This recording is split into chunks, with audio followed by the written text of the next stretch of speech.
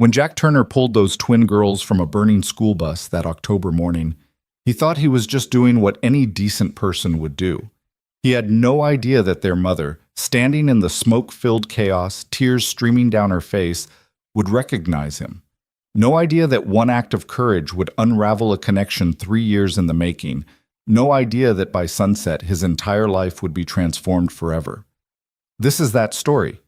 Stay until the end and comment what city you're watching from so I can see how far this story travels. The morning of October 6th started like any other Thursday for Jack Turner. His alarm went off at 5:47 a.m., 13 minutes before it needed to, because the snooze button had become part of his morning ritual. He reached across the empty side of the bed, his hand finding only cold sheets where Sarah used to sleep, and felt that familiar hollow ache settle in his chest. 3 years. It had been 3 years since the cancer took her, and some mornings the wound felt as fresh as the day she'd closed her eyes for the last time. "Dad?" A small voice drifted through his bedroom door. "Dad, are you awake?" Jack forced himself upright, rubbing his face with both hands. "Yeah, Sophie, I'm up, sweetheart." His daughter appeared in the doorway, already dressed in her school uniform. Navy blue skirt, white blouse, that ridiculous plaid tie the Riverside Academy required. At 8 years old, Sophie Turner was the spitting image of her mother. Same honey-colored hair, same green eyes that seemed to see straight through whatever brave face Jack tried to wear. She clutched her backpack straps with both hands, rocking slightly on her heels. "I made toast," she announced, "and I didn't burn it this time." Jack felt his heart squeeze. 8 years old, and she was making breakfast. 8 years old, and she'd learned to be more independent than any child should have to be. He swung his legs out of bed, his lower back protesting. 42 years old, and his body already felt like it was 50. "You didn't have to do that, Soph." "I know." She smiled, that bright, heartbreaking smile that was all Sarah. "But you always sleep through your alarm, and I didn't want you to be late for work again." Work. The word carried weight. Riverside Auto Repair. The small garage Jack had bought 7 years ago, with dreams of building something, of providing for his family, of making his father proud. Now it was barely staying afloat. The bank had sent another letter last week. Past due. Final notice. Words that kept Jack awake at night, staring at the ceiling, doing math that never quite added up. He followed Sophie down the narrow hallway of their rental house, the floorboards creaking under his weight. The kitchen was tiny, barely room for a table and 4 chairs, though they only needed 2 now. True to her word, Sophie had made toast. 2 slices sat on a plate beside a cup of coffee she'd attempted to make. It was the color of mud, and probably tasted like it too, but Jack picked it up and took a sip, forcing his face into an expression of appreciation. "Perfect," he lied. "You're getting really good at this." Sophie beamed, climbing into her chair and attacking her own toast with strawberry jam. Jack watched her for a moment, wondering how he'd gotten so lucky and so unlucky all at once. Lucky to have this brilliant, brave little girl. Unlucky to be raising her alone, scraping by, one unexpected expense away from disaster. His phone buzzed on the counter. A text from Hector, his employee at the garage. "Morning, boss. Mrs. Chen's Honda needs a new timing belt. Told her $400. She's thinking about it." Jack typed back, "Tell her $350. We need the work." That was the reality now. Undercutting himself just to keep the lights on. He'd let go of his other mechanic 6 months ago, couldn't afford to keep him. Now it was just Jack and Hector, working 12-hour days, 6 days a week, barely making payroll. "Dad?" Sophie's voice pulled him back. "You're doing that thing again." "What thing?" "That thing where your face goes all worried and you stare at nothing." She reached across the table and patted his hand, an 8-year-old comforting her father. The role reversal stung. "It's okay, we're okay." Jack forced a smile, covered her small hand with his. "Yeah, baby, we're okay." But were they? The rent was due in 5 days. Sophie needed new shoes. He'd noticed her current ones were getting tight. And his truck, the battered Ford F-150 currently sitting in the driveway, was making a noise that suggested the transmission was on its last legs. If that went, he'd be stuck. No transportation meant no work. No work meant... He stopped himself. Not now. Not this morning. This morning, he had to get Sophie to school, get himself to the garage, and somehow make it through another day. They finished breakfast in comfortable silence, Sophie swinging her legs under the table, humming something that might have been a song from her favorite cartoon. Jack washed the dishes, all four of them, and grabbed his keys from the hook by the door. "Ready?" he asked. Sophie shouldered her backpack, nearly toppling backward from its weight. "Ready. Oh, Dad, don't forget, today's the recital." Jack's mind went blank. "The what?" "The recital." Sophie's eyes went wide with that particular panic children get when parents forget important things. "The fall concert. I'm playing Fur-Elise on the piano. I told you like 100 times." Shit. He had forgotten, completely forgotten. Between the bills and the work and the constant grinding stress, it had slipped through the cracks of his exhausted brain. "Right," he said quickly, crouching down to her level. "The recital. Of course. What time?" 10 o'clock, in the auditorium. Mrs. Patterson said parents should be there by 9:45. Jack did the math. It was 7:20 now. If he dropped Sophie at school, got to the garage by 8, he could put in a couple hours of work, then leave at 9:30. It would work. It had to work. "I'll be there," he promised, holding up his pinky. Pinky swear. Sophie locked her pinky with his, the sacred contract of childhood. "You promise, promise?" "Promise, promise." The drive to Riverside Academy took 15 minutes through town. Riverside, Indiana, population 8,000. The kind of place where everyone knew everyone else's business. Where the biggest excitement was usually high school football games and the annual 4th of July parade. Jack had grown up here, left for a few years to work in Indianapolis, then came back when Sophie was born. Sarah had wanted their daughter to grow up somewhere safe, somewhere small, somewhere with real community. He wondered what she'd think now, watching him struggle to keep their daughter's world from falling apart.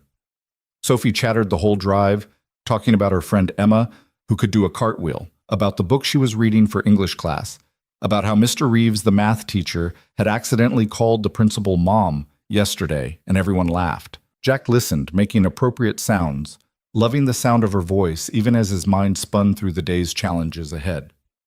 They were approaching the railroad crossing on the eastern edge of town, the crossing where the old freight line cut through, rarely used anymore, when Jack's phone rang. The caller ID showed Hector. He put it on speaker. "Yeah, what's up?" "Boss, we got a problem." Hector's voice was tight with stress. "That inspection we did on the mayor's Escalade? Found a cracked engine mount. Whole thing's about to go. And the brake lines are—" "How much?" Jack interrupted. "Parts and labor, $2,000, maybe $2,500. Jack's stomach dropped.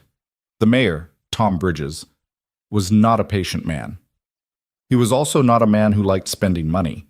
And he was definitely not a man Jack could afford to piss off, not when the garage's business license renewal was coming up.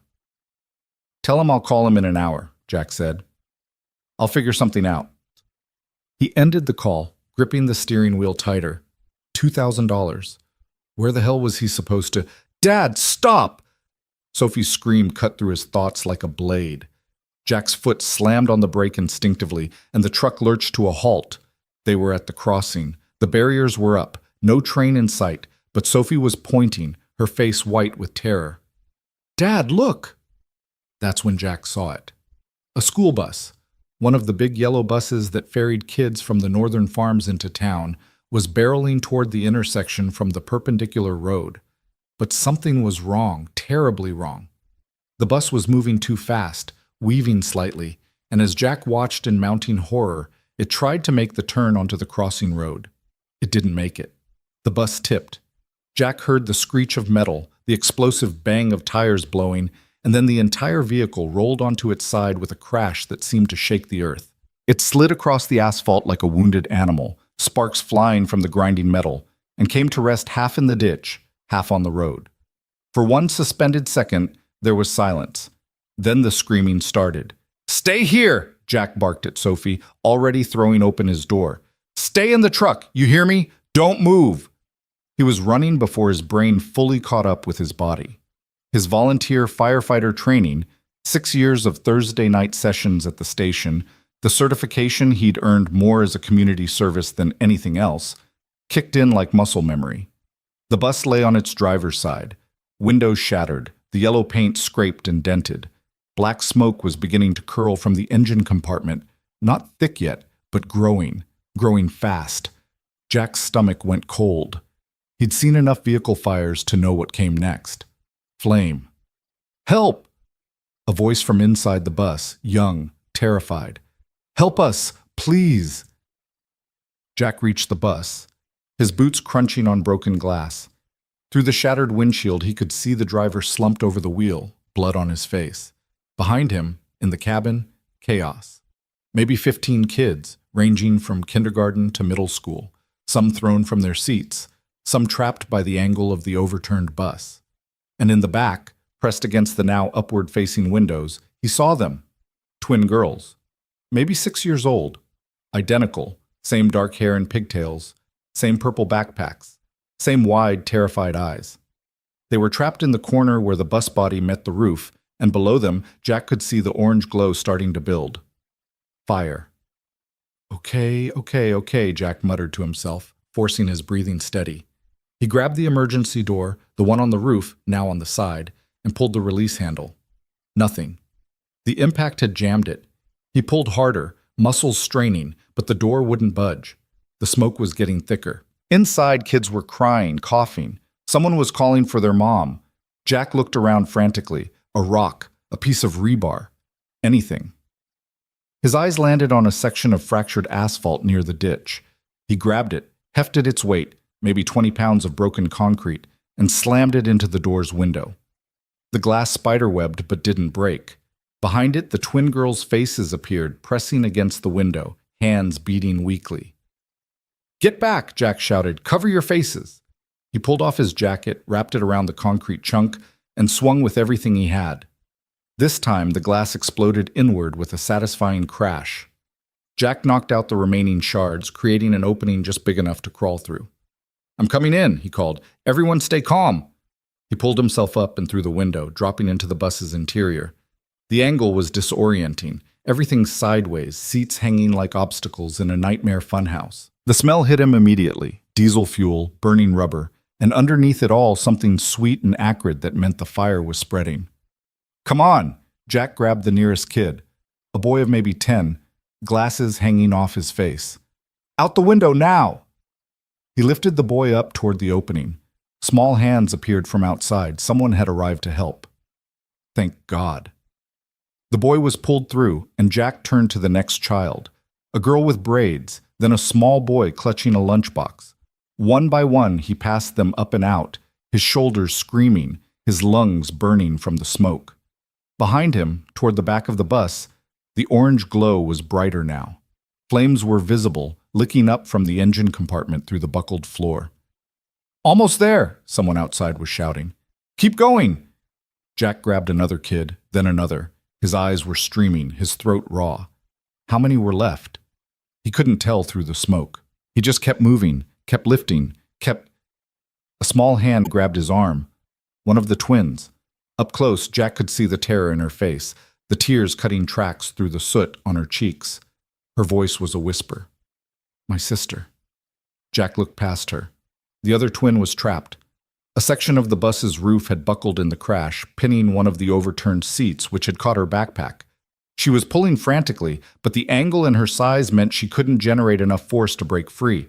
And the fire was right below her, flames now visible through the floor panels, heat radiating up in waves. "Okay, sweetheart, I got her." Jack pushed the first twin toward the window. "You climb up, right now. Go!" She hesitated, looking back at her sister. "But now!" Jack's command voice, the one he'd learned from his father, the one that brooked no argument, and the girl obeyed, scrambling toward the opening.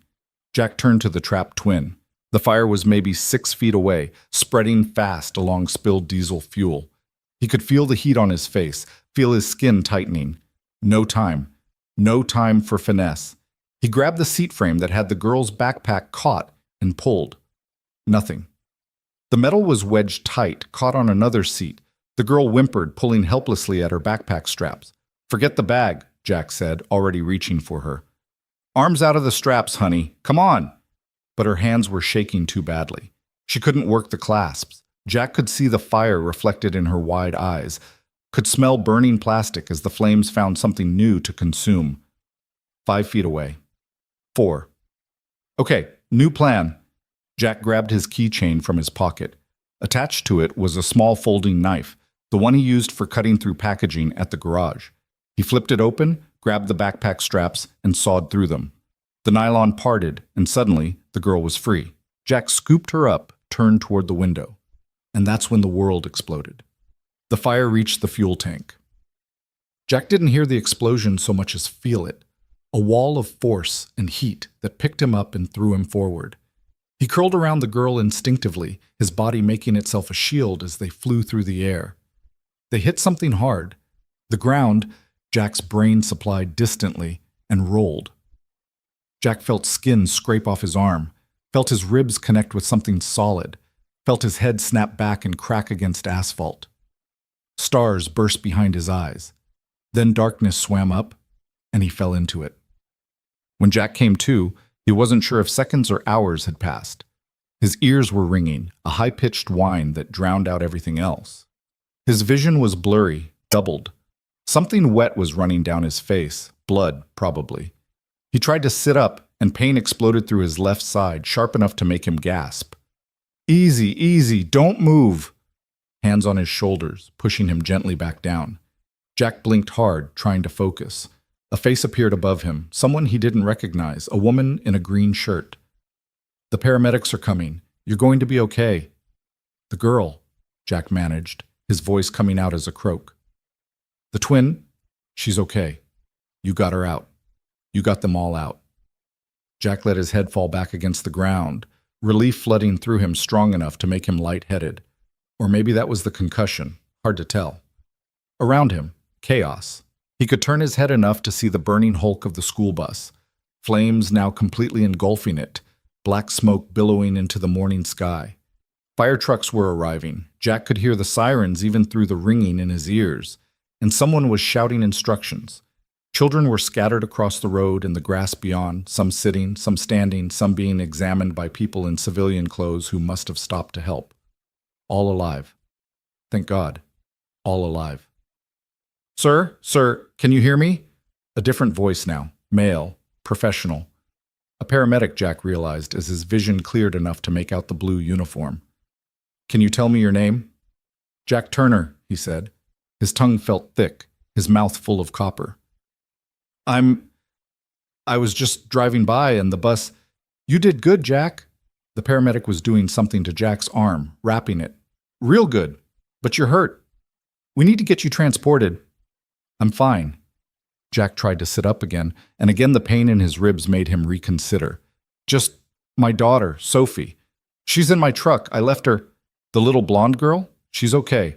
One of the deputies is with her. Jack's eyes found his F-150, still parked where he'd left it on the other side of the crossing.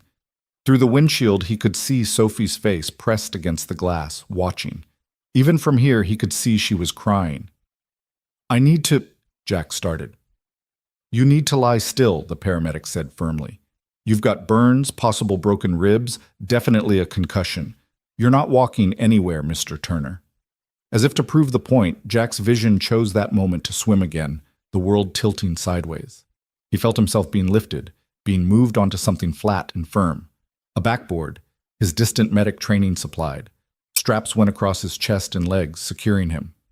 The driver, Jack said. The bus driver, is he... Being transported to County General. He had a seizure, we think.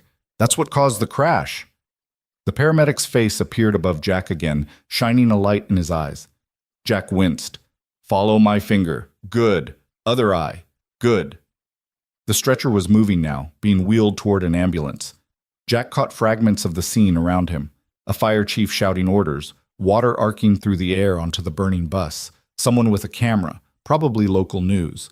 And everywhere, people staring at him with expressions he couldn't quite parse. The stretcher stopped. Jack found himself looking up at a woman he didn't recognize. She was in her late 30s, maybe, dressed in a business suit that was now covered in dust and ash. Her dark hair was pulled back in a ponytail, and her face was streaked with tears. "You," she said, her voice breaking. "You saved them. You saved my babies." Babies. Jack's foggy brain made the connection. The twins. "Are they okay?" he asked. "I got them out, but they're fine, thanks to you." The woman's hand covered her mouth, her shoulders shaking. I can't. How do I even thank you for—" "Ma'am, I'm sorry, but we need to go." The paramedic's hand on her shoulder, gentle but firm. "You can see him at the hospital." The woman nodded, stepped back. Jack saw her turn, saw two small figures in purple backpacks running to her, saw her drop to her knees and gather them into her arms. The twins. All three of them crying, holding each other like the world might try to tear them apart again. Then the ambulance doors were closing, and the scene disappeared from view. The siren wailed to life, and Jack felt the vehicle begin to move. He closed his eyes, suddenly exhausted beyond measure. "Hang in there, Mr. Turner," the paramedic said, adjusting something on the IV line Jack hadn't realized he'd been given. "You're a hero today, a real hero." But Jack didn't feel like a hero. He felt like a father who'd left his daughter alone in a truck, who'd forgotten her recital, who couldn't pay his bills. He felt like a man who'd gotten lucky. Lucky he'd been there, lucky he'd acted fast enough, lucky the explosion hadn't killed him. Lucky and so tired. "Sophie," he mumbled, "I need to— She's supposed to play piano today. For Elise. I promised I'd be there. I'm sure they'll understand given the circumstances." The paramedic's voice was kind, patient. "Don't worry about that right now. Just rest." Rest. As if he could. As if his mind could stop spinning through the implications. Missed work, medical bills he couldn't afford. Sophie scared and alone. The hit just kept coming, didn't they? Every time Jack thought he had his feet under him, every time he thought maybe they'd be okay, the universe found a new way to knock him down. But those kids were alive. The twins were with their mother. The bus driver would probably survive. That had to count for something, right? That had to— Jack's thoughts scattered as the pain medication in the IV kicked in, pulling him down into darkness. His last conscious thought was of Sophie's face against the truck window and the promise he'd made her. The promise he'd broken. Again. The next few hours existed in fragments for Jack. Bright lights, voices, hands prodding his ribs. Broken, definitely broken. 3 of them, according to someone in Scrubs. More lights, brighter this time, as they checked his pupils again and again. Someone asking him questions. "What's your name? What day is it? Who's the president?" Jack answering automatically, his voice sounding far away even to himself. Somewhere in there, a doctor, young, female, with kind eyes, telling him he was lucky. Second-degree burns on his arms and back, but nothing that wouldn't heal. The ribs would hurt like hell for a few weeks, but would mend.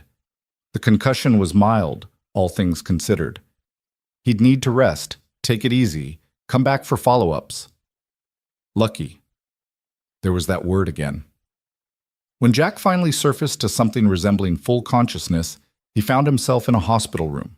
Not the ER, an actual room with a bed and monitors and a window showing afternoon light. How long had he been out? He turned his head, carefully, because even that small movement sent lightning through his skull, and found Sophie. She was asleep in the chair beside his bed, curled up like she used to curl up in Sarah's lap, her blonde hair falling across her face. Someone had given her a blanket, one of those thin hospital blankets that never kept anyone warm, and she'd wrapped it around herself like armor. Jack's throat tightened. He'd put that look on her face, the tear-stained, exhausted look of a child who'd been scared out of her mind. She didn't want to leave. A new voice, male, familiar. Jack looked toward the door and found Hector standing there, his work coveralls still on, grease under his fingernails. "Been here since they brought you in. Watched the whole surgery on your arm through the window like a little guard dog." "Hector," Jack's voice came out as a rasp. What am I doing here? Making sure you're not dead, boss." Hector stepped into the room, pulled up another chair. He was a big man, Hector Reyes, 6'3", built like he worked with his hands because he did. He'd been with Jack for 4 years, loyal through all the rough patches, never complaining when paychecks came late. Half the town's in the waiting room. Mrs. Chen brought tamales. The mayor sent flowers. The mayor... Jack started to laugh, then stopped because it hurt too much. His Escalade, already taken care of. Hector waved a dismissive hand. Pulled the engine mount, replaced it, did the brake lines, called in a favor from Jimmy at the parts shop. Mayor picked it up an hour ago, seemed happy. Jack stared at him. How did you... We don't have the money for... I covered it. Hector shrugged like it was nothing, like he hadn't just spent money Jack knew he didn't have to spare. You can pay me back whenever, or don't. Doesn't matter. Hector? Jack. Hector leaned forward, his expression serious. You pulled kids out of a burning bus this morning. One of them was Mayor Bridges' nephew. Did you know that? The kid with the glasses, first one you got out. That was Tyler Bridges. The mayor's been calling you a hero all day, so please, let me do this one small thing without arguing, okay? Jack wanted to argue anyway, wanted to explain that he couldn't keep accepting help, couldn't keep being the one people had to rescue. But the look on Hector's face stopped him. This wasn't charity, this was friendship, and Jack had too few of those to throw one away over pride. Thank you, Jack said quietly. Hector nodded, satisfied. Then his expression shifted, became almost uncomfortable. There's, something else. That woman, the mother of the twin girls you saved, she's been here, waiting to talk to you. Jack's memory, still fuzzy around the edges, conjured up an image. A woman in a business suit, tears on her face, saying something about her babies. Is she in the waiting room, though, with about 100 other people, but she's been persistent. Told the nurses she'd wait all day if she had to. Hector paused. She's got security with her, like actual bodyguards.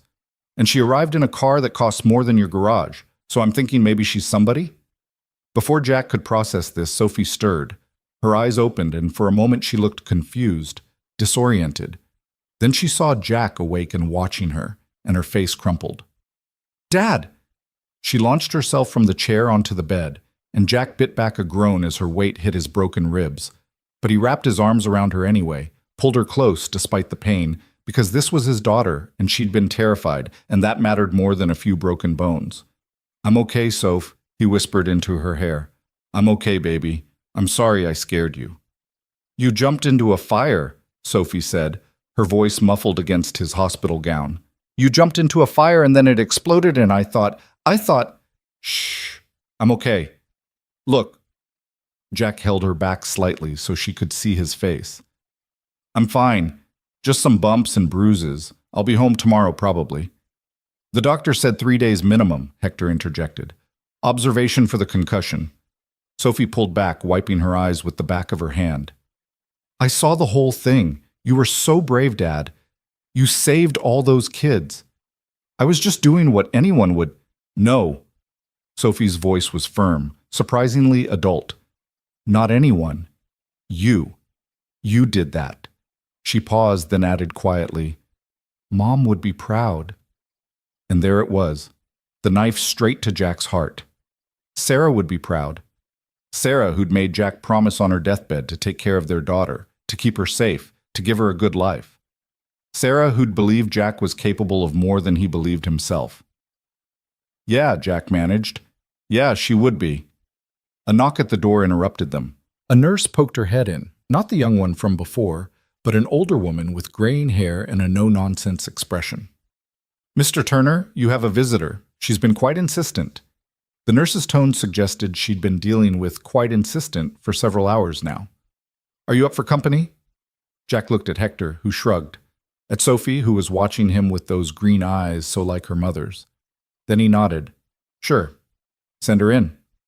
The nurse disappeared, and a moment later the woman from the crash site entered. Up close, cleaned up, she was striking. Not beautiful in a magazine way, but handsome, with strong features and dark eyes that held intelligence and something Jack couldn't quite name. Exhaustion, maybe. Or relief. She was still in the suit, though she'd ditched the jacket. Behind her, just visible through the doorway, Jack could see what Hector had meant. 2 men in dark clothes, professional, alert. Security. The woman stopped inside the door, seeming suddenly uncertain. Her eyes went from Jack to Sophie to Hector, then back to Jack.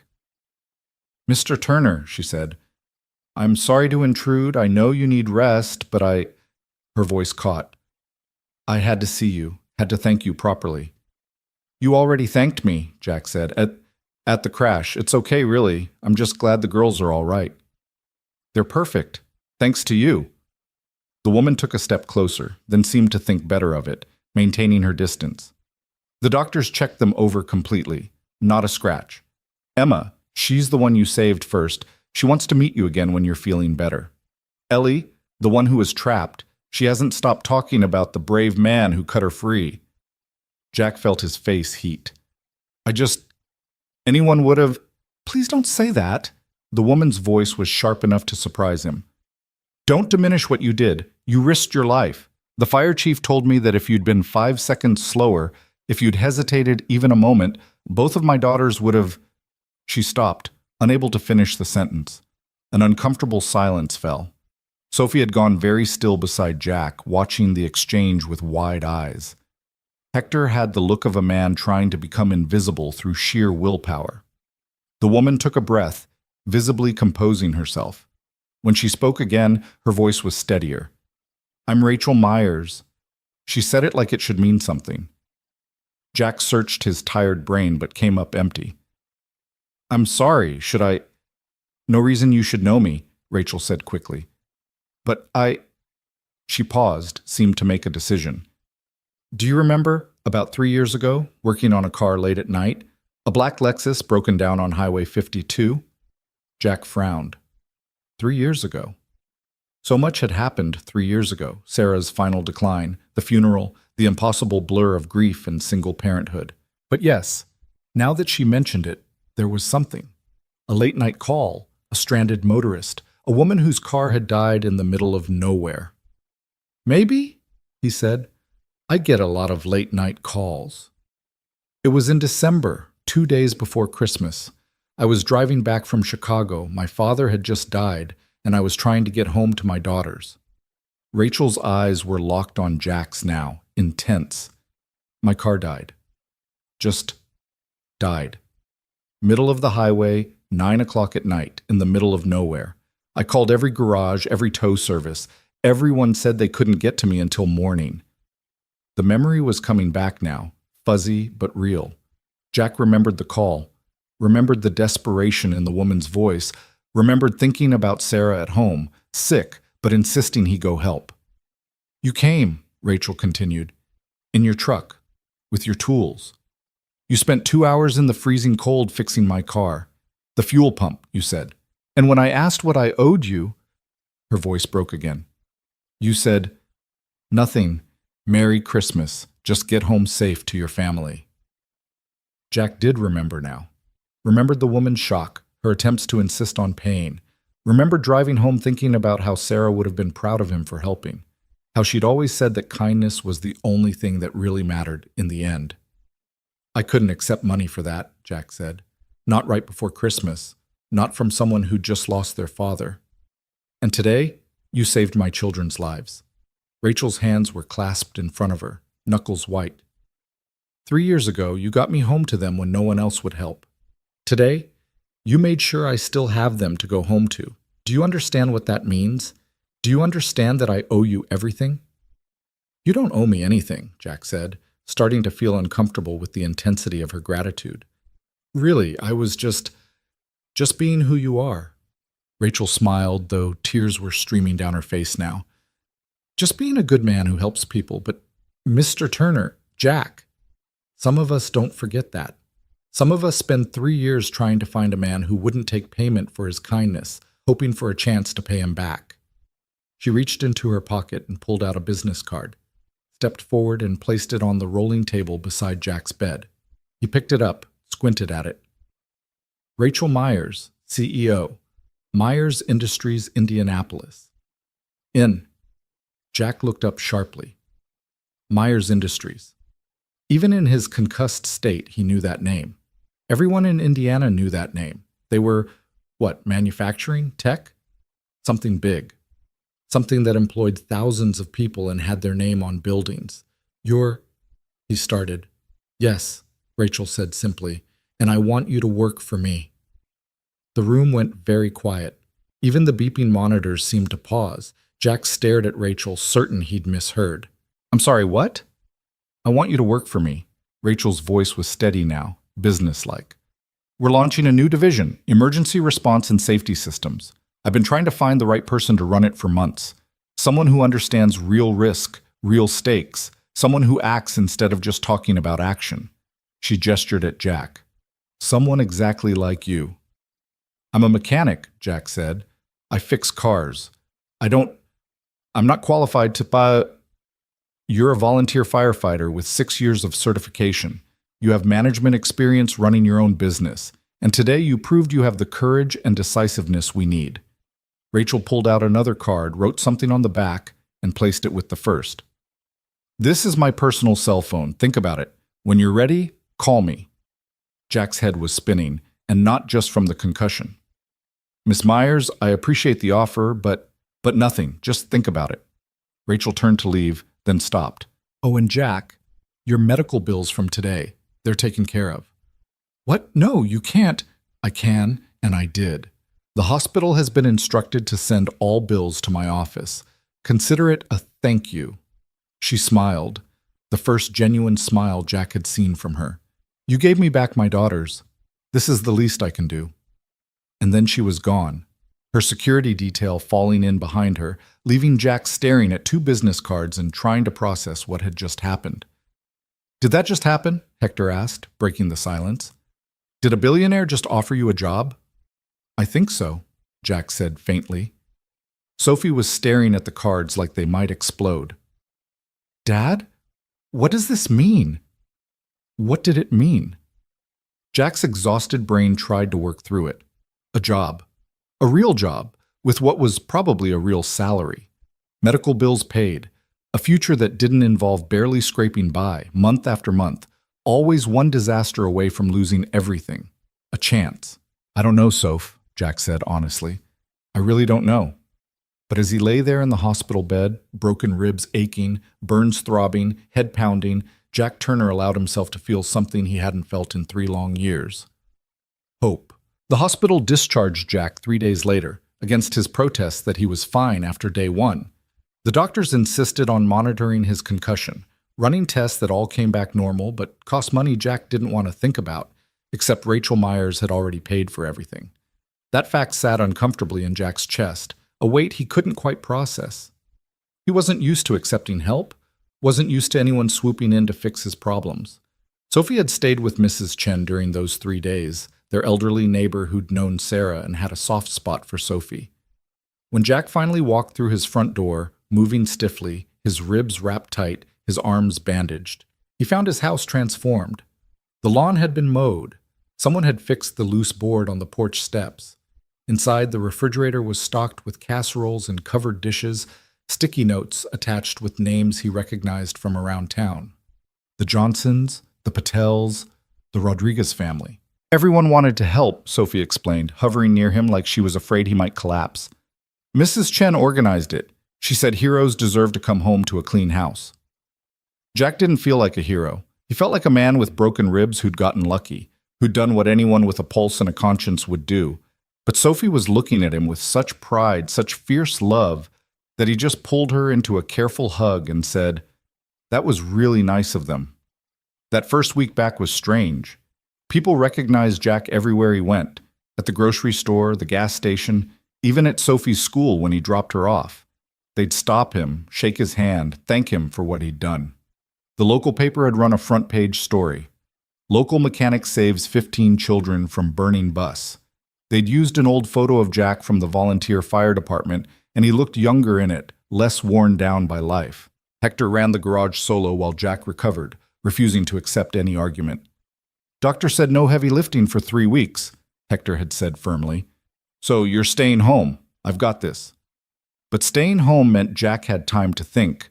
Time to look at those 2 business cards Rachel Myers had left, still sitting on his kitchen counter where he'd placed them after coming home. Time to wonder if the offer had been real or just gratitude talking. something she'd forget about as soon as the adrenaline faded. On the 8th day after the accident, Jack's phone rang. Unknown number. Hello? Mr. Turner, this is Caroline Fletcher, assistant to Ms. Rachel Myers. The voice was professional, clipped, efficient. Ms. Myers wanted me to follow up regarding her employment offer. Would you be available for a meeting this Friday at 10 a.m. at our Indianapolis headquarters? Jack's heart rate kicked up, so it was real. Yes, I could do that. Excellent. I'll email you the details and arrange for a car to pick you up. A car? No, that's not necessary. I can drive myself. Ms. Myers insists. The address is being sent to your email now. We'll see you Friday, Mr. Turner. She hung up before Jack could protest further. He stared at his phone, feeling like he'd been swept up in a current he couldn't control. A car. A meeting at headquarters. This was real. This was actually happening. Sophie found him still staring at his phone 20 minutes later. Dad? You okay? I have a job interview, Jack said, the words sounding surreal even as he spoke them. Friday, in Indianapolis. Sophie's eyes went wide. With the lady? The one whose kids you saved? Yeah, with Rachel Myers. Are you going to say yes? Sophie climbed onto the chair across from him, swinging her legs. If she offers you a job, I mean? Jack didn't know how to answer that. The smart thing, the safe thing, would be to say yes immediately. A stable job with benefits, a real salary, maybe even health insurance that didn't cost half his income. It was everything he'd been struggling toward for 3 years. But it also meant leaving the garage. The garage he'd built, the business that had been his dream, the place where he'd worked alongside Sarah in the early days, where she'd kept the books and answered phones while pregnant with Sophie. Letting it go felt like letting go of her all over again. I don't know, baby, Jack said honestly. It's complicated. Sophie was quiet for a moment, her expression thoughtful in that way that made her seem older than 8. Mom would want you to be happy, she finally said. She told me that before she died. She said the most important thing was that we were happy. Jack's throat tightened. She said that? Yeah, when you weren't in the room. Sophie's voice got very small. She said sometimes being happy means letting go of things that hurt, even if you love them.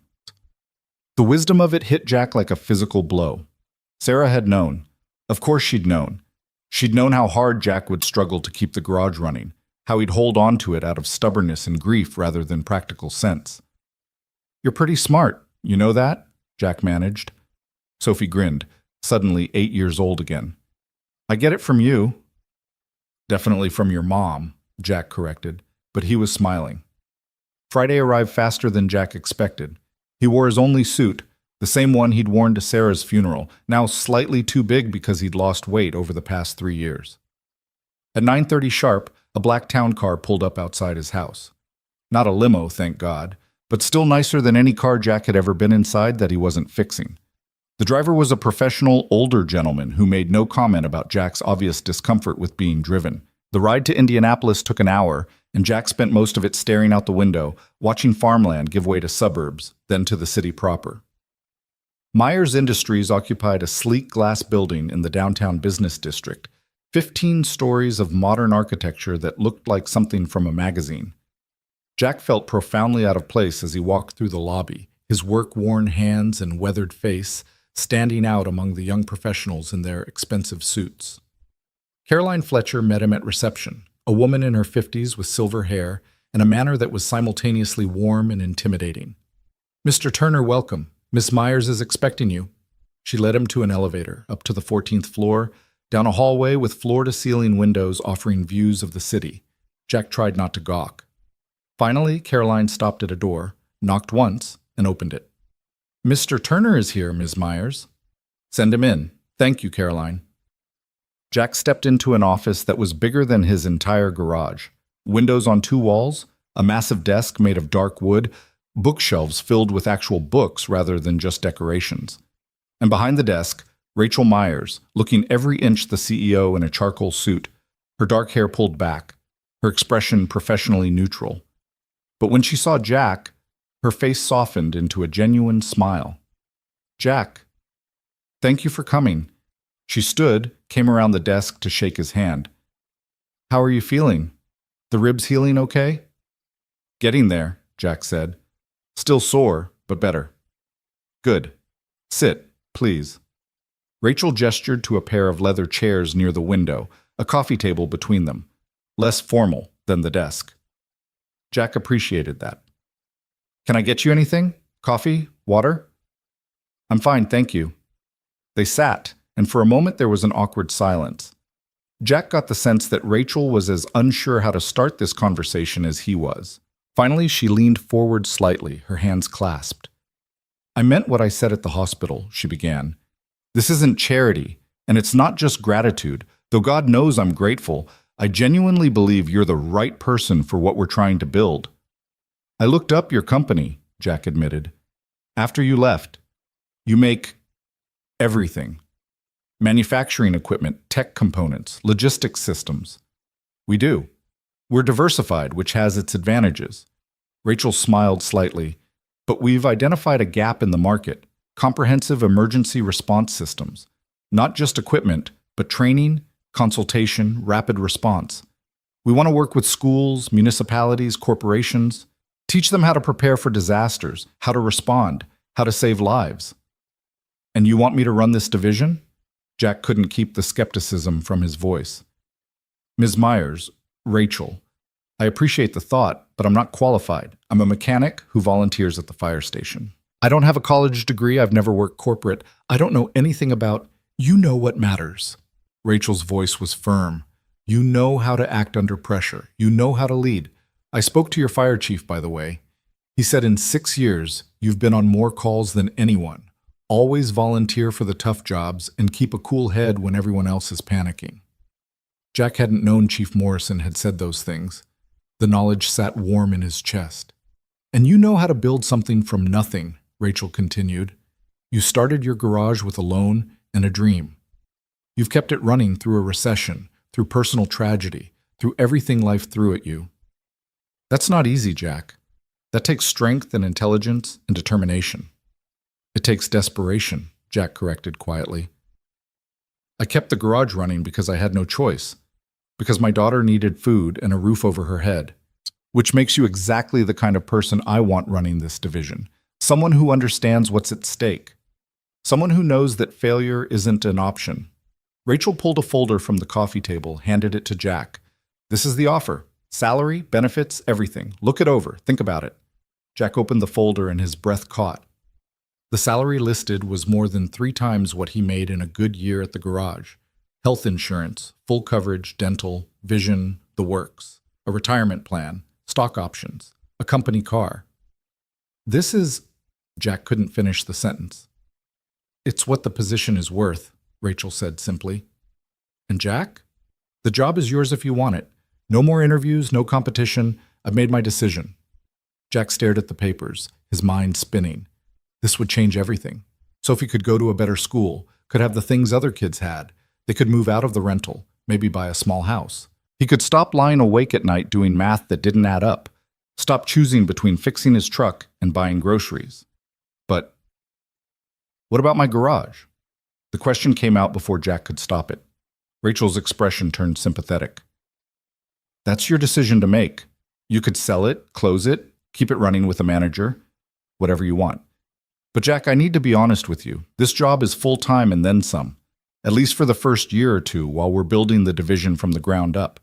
It would be difficult to do both. Jack had known that. Of course he'd known that. But hearing it stated plainly made it real in a way it hadn't been before. Can I think about it? He asked. Of course. Take your time. Rachel stood and Jack did too. But Jack, don't overthink this. Sometimes the right choice is the one that scares us most. They shook hands again, and Caroline appeared to escort Jack back to the lobby. The drive home was a blur. Jack couldn't stop seeing that number, the salary that would solve every problem, open every door. When he got home, Hector was waiting on his porch, 2 beers in hand. He offered one to Jack without a word. They sat on the steps, watching the afternoon sun paint the street gold, and Jack told him everything. So, Hector said when Jack finished, "You're taking it, right?" "I don't know." "Jack," Hector turned to look at him. "Brother, I love you, but you're an idiot if you don't take this job. The garage is barely breaking even, has been for 2 years. You know it, I know it. Hector's voice was gentle but firm. You've been killing yourself trying to keep it alive, and I get it, man. I do. Sarah loved that place. But she's gone, Jack. She's not coming back. And keeping the garage won't bring her back. Jack flinched. It was the truth, brutal and hard, and Hector was the only person who could say it to him like that. What happens to you if I leave? Jack asked. The garage. We'll be fine. I'll find another job. Hell, maybe I'll buy the place from you if you want to sell. Been thinking about going into business for myself anyway. Hector grinned. Turner and Reyes Auto Repair has a nice ring to it. Reyes and Turner, Jack corrected automatically, and they both laughed.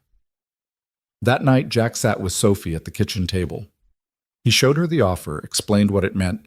She read through it carefully, her young face serious. That's a lot of money, she said. It is. We could get a house with a yard, and maybe a dog? Despite everything, Jack smiled. Maybe a dog? Sophie was quiet for a long moment. Then she said, Are you scared? The question surprised him with its perceptiveness. Yeah, Jack admitted. Yeah, I'm scared. Of what? Of failing, of not being good enough, of letting people down. Jack paused. Of letting your mom down. Sophie reached across the table and took his hand, her small fingers squeezing his calloused ones. Dad, you could never let Mom down. She loved you. She thought you were the best person in the world. She was biased, Jack said, his voice rough. She was right. Sophie's green eyes, Sarah's eyes, were fierce. And I think you should take the job. I think you should do something that makes you happy instead of something that makes you sad. The garage doesn't make me sad. Yes, it does. I see your face when you come home. I hear you worrying about money. Sophie's voice cracked slightly. I don't want you to be sad anymore, Dad. I want you to be happy, even if it means letting go. And there it was again. That wisdom beyond her years, that understanding that shouldn't exist in an 8-year-old but did because she'd lost her mother and grown up too fast. Jack pulled his daughter into his arms, held her tight despite his aching ribs. When did you get so smart? I told you. I get it from you. That night, after Sophie was asleep, Jack sat alone in the dark kitchen. He thought about Sarah, about the dreams they'd had, about the life they'd planned. He thought about the garage, about every hour he'd put into it, every car he'd fixed, every customer he'd helped. And he thought about the future, Sophie's future, specifically. The opportunities this job could give her, the stability, the security, the chance at a life where she didn't have to worry about money, didn't have to see her father stressed and exhausted, didn't have to grow up too fast because there was no other choice. Jack picked up his phone, found Rachel Meyer's card, and dialed the number before he could change his mind. She answered on the second ring. Jack? I'll take the job, he said. If the offer's still open, I'll take it. There was a pause, then Rachel's voice came back warm with relief. It's open. Welcome to Myers Industries, Jack. After they hung up, Jack sat for a long time in the silence. He felt like he was standing on the edge of a cliff, about to jump, unsure if he'd fly or fall. But for Sophie, he'd risk the fall. The next few weeks moved like a freight train. Jack officially accepted the position, signing contracts that made his head spin. He met with lawyers Rachel provided to help him sort out the garage. In the end, Hector did buy it, with financing Rachel arranged through one of Myers Industries' partner banks. The sale price was fair, enough to pay off Jack's debts and put a little in savings. The hardest part was the last day. Jack stood in the garage one final time, the space he'd built with his own hands, where he'd worked beside Sarah, where he'd taught himself to be a businessman even though he'd never planned to be one. The smell of motor oil and metal, the scattered tools, the calendar still showing last month's date. Hector found him there, standing in the middle of the empty bay. You okay, boss? Yeah. Jack's voice was rough. Just saying goodbye. Hey! Hector clapped him on the shoulder. You're not saying goodbye. You're saying, see you later. This place will always be here, and you can come back anytime. Get your hands dirty if you miss it. Hector and Turner Auto Repair, Jack said, and Hector laughed. Damn right. They locked up together, and Jack handed over the keys. As he drove away, he didn't let himself look back in the rearview mirror. Forward. He had to keep looking forward. Myers Industries set Jack up with an office on the 14th floor, 3 doors down from Rachel's. It felt absurd. Jack Turner, mechanic, with his own office, his own assistant, his own parking space.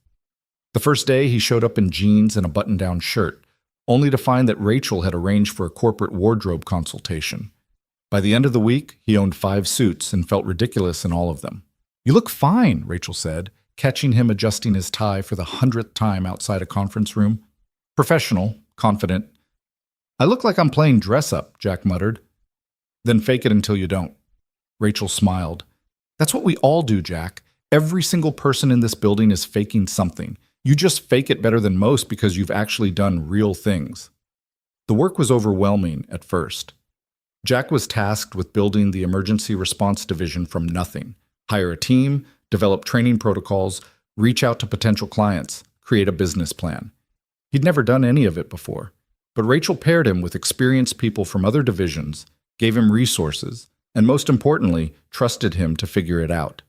Jack threw himself into the work with the same determination he'd applied to keeping the garage alive. He studied emergency response systems, took online courses in business management, spent hours on the phone with fire chiefs and school administrators and corporate safety officers. He hired his first employee, a former EMT named Diana, who had a gift for curriculum development. Then a second, a third. By the end of the first month, Jack had a team of 5 and a preliminary training program.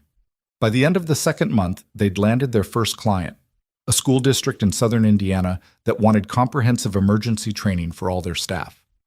And through it all, Rachel was there. Not hovering, not micromanaging, but available. She'd stop by Jack's office with coffee, ask how things were going, offer advice when he was stuck. They fell into an easy working relationship, professional but warm, built on mutual respect.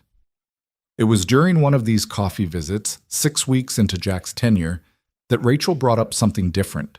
"I wanted to thank you," she said, settling into one of the chairs across from Jack's desk. Jack looked up from the training manual he'd been reviewing. "For what?" "For not making this weird." Rachel gestured vaguely at the office, at the company. "You could have. It would have been easy to let the whole 'I saved your kids' thing color everything, to expect special treatment or to feel like I owe you, but you haven't done that." "You gave me a job," Jack said. "A good job that I'm trying very hard not to screw up. That's payment enough." "That's what I mean. You see this as a job, not a favor. You're earning your place here." Rachel paused, seemed to consider her next words. "Emma and Ellie ask about you, you know. They want to meet you again, properly, when you're not bleeding and concussed." Jack felt his chest tighten. He'd thought about the twins occasionally, wondered how they were doing, if they had nightmares about the crash, if they were okay. But he had deliberately kept his distance, not wanting to intrude on Rachel's family life. "I'd like that," he said. "If you think they're ready." "They're ready. They've been asking since the day after the accident." Rachel smiled. "What about Saturday? You could come to dinner at my house. Bring Sophie. The girls would love to meet her." Jack hesitated. Dinner at his boss's house felt like crossing a line somehow. But Rachel's expression was open, genuine. This wasn't a corporate obligation. This was a mother wanting her daughters to meet the man who'd saved them. "Okay," Jack agreed. "Saturday works." When Jack told Sophie about the dinner invitation, she reacted with a level of excitement that surprised him. She insisted on wearing her best dress, spent an hour that Saturday afternoon making a card for the twins, and peppered Jack with questions during the entire drive to Rachel's house. "What if they don't like me? What if I say something wrong? Dad, what do I talk about with them?" "Sophie, breathe." Jack glanced at her in the rearview mirror. "They're 6 years old. Just be yourself. Talk about kid stuff. You'll be fine."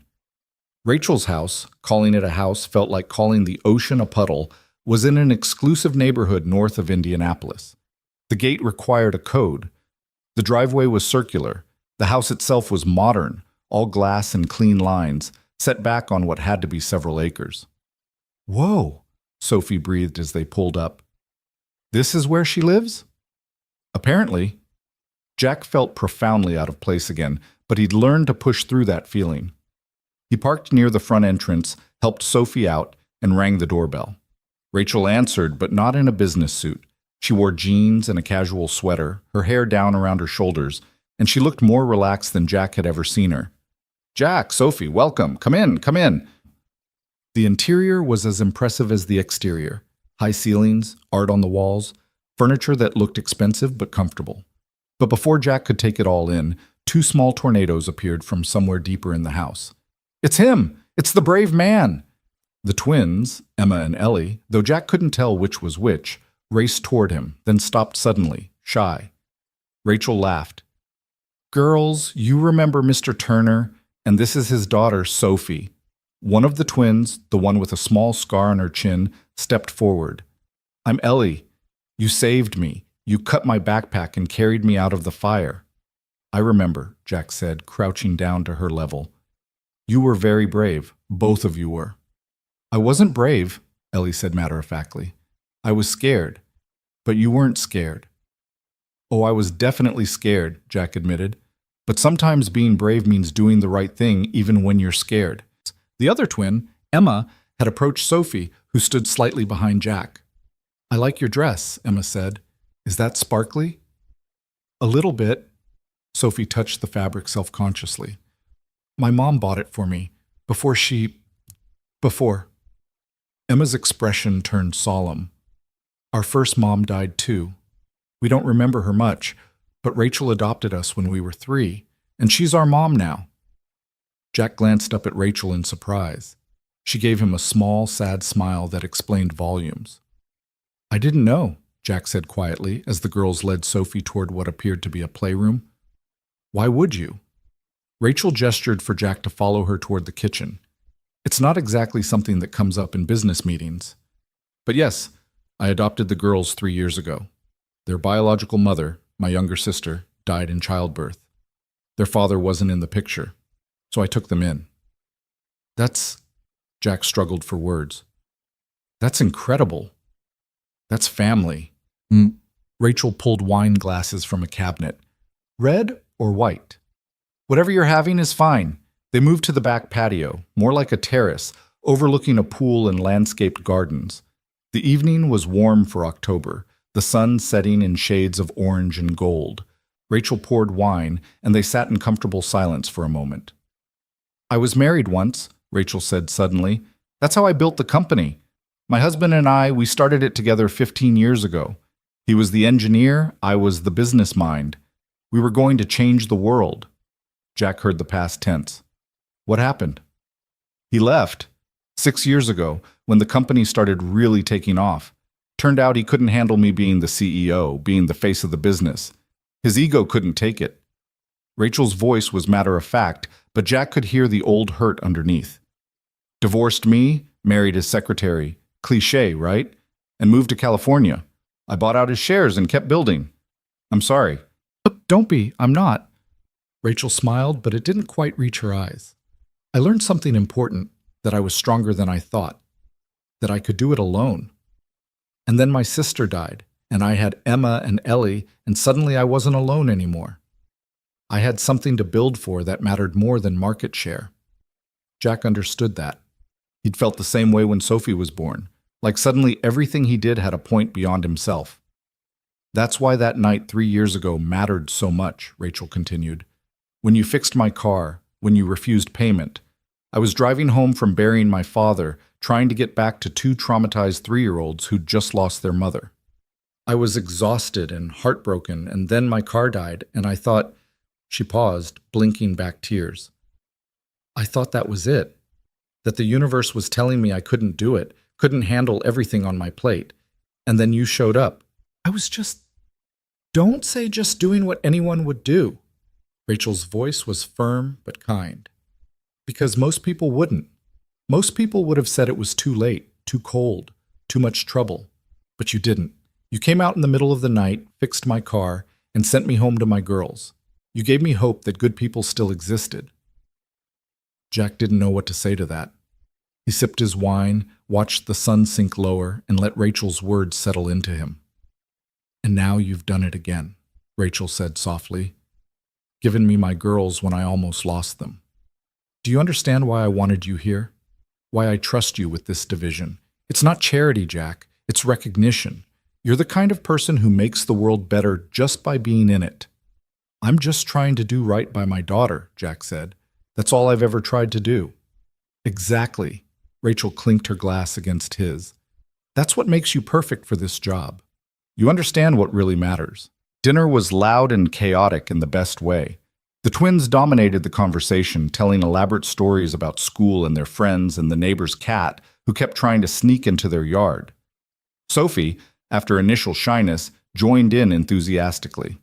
Jack and Rachel sat back, letting the kids' energy wash over them, occasionally exchanging amused glances across the table. After dinner, while the girls played in the other room, Rachel walked Jack to his car. The night had turned cool, stars appearing in the darkening sky. "Thank you for coming," Rachel said. "This meant a lot to the girls. To me, too." "Thank you for inviting us." Jack hesitated, then added, "Sophie hasn't been this happy in a while. Since her mom died, she's been quieter, more serious. But tonight she was just a kid again.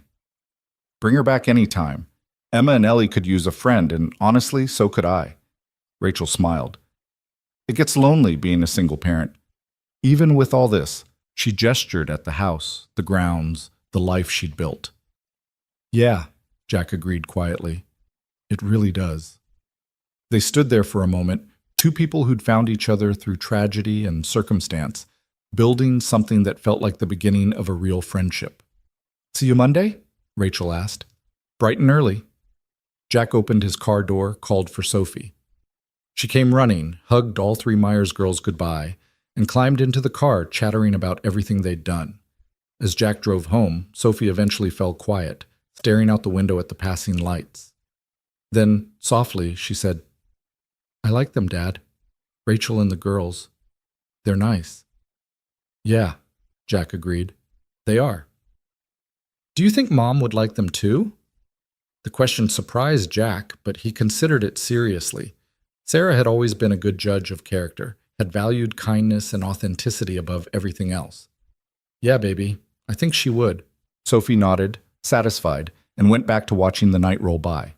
And Jack, driving through the darkness toward home, felt something he hadn't felt in 3 long years, like maybe, just maybe, everything was going to be okay.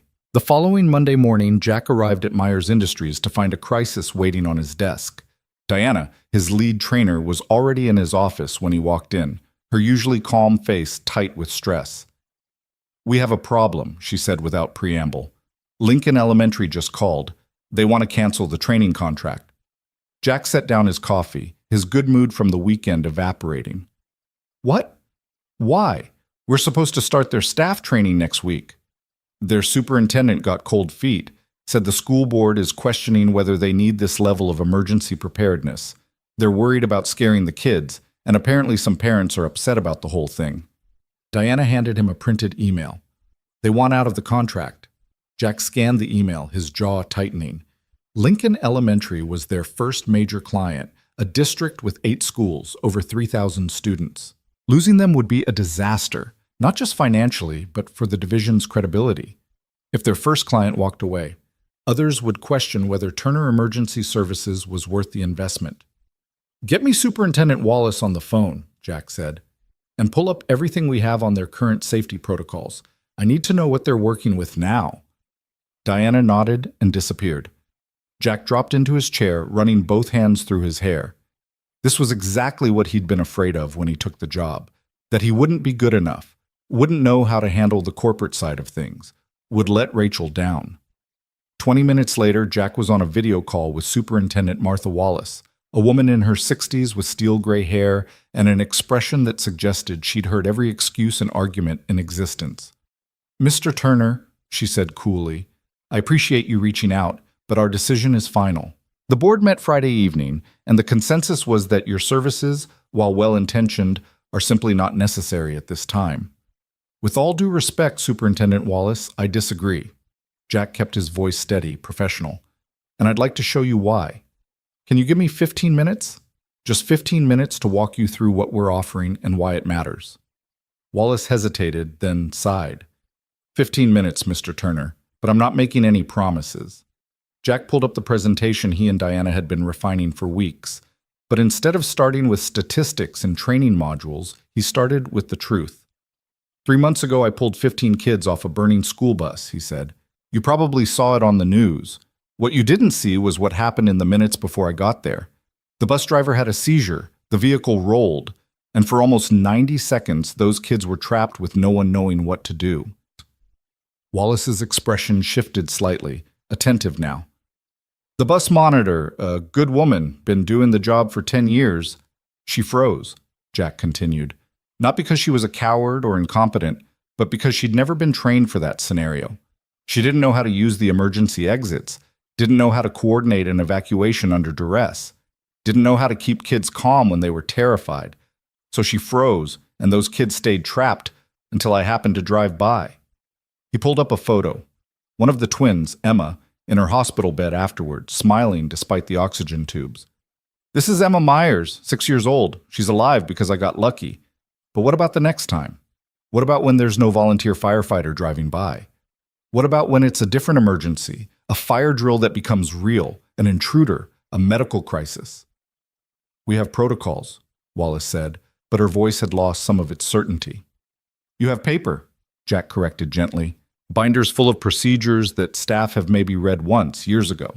What you don't have is muscle memory. You don't have people who've practiced enough that when their brains shut down from fear, their bodies know what to do anyway. He pulled up their training curriculum. What we're offering isn't scary. It's not going to traumatize kids or make parents nervous. It's practical, hands-on training for your staff. Emergency exits, where they are, how to open them, how to use them efficiently. Medical response, how to handle everything from an asthma attack to a severe injury. Crisis communication, how to keep kids calm, how to coordinate with first responders, how to make sure everyone gets home safe. Wallace was leaning forward now, studying the screen. Jack pressed his advantage. We're not talking about active shooter drills or worst-case scenarios. We're talking about the everyday emergencies that happen in schools all the time. Last year alone, how many kids in your district went to the hospital from school? How many allergic reactions, injuries, medical incidents? I'd have to check the exact number, Wallace admitted. But it's high. We have over 3,000 students, and every single one of those incidents is a moment when trained staff can make the difference between a minor problem and a tragedy. Jack pulled up testimonials from fire chiefs and EMTs he'd interviewed. Your current protocols assume emergency services will arrive quickly, but in rural areas, response times can be 15-20 minutes. That's 15 minutes when your staff are the only help those kids have. Wallace was quiet for a long moment, her expression thoughtful. Finally, she said, What about the parents? Some of them are concerned this will frighten their children. Then let me present to the Parent Association, Jack said immediately. Let me show them exactly what we're doing and why. Let them ask questions, voice concerns. If after that presentation they still don't want the training, I'll walk away, no hard feelings, and we'll void the contract with no penalty to your district. You'd do that? I would, because this isn't about the money for me, Superintendent Wallace. It's about making sure what happened on that bus doesn't happen again. It's about making sure every kid goes home safe at the end of the day. Jack paused. I have an 8-year-old daughter. She goes to Riverside Academy. If she were in your district, I'd want her teachers trained.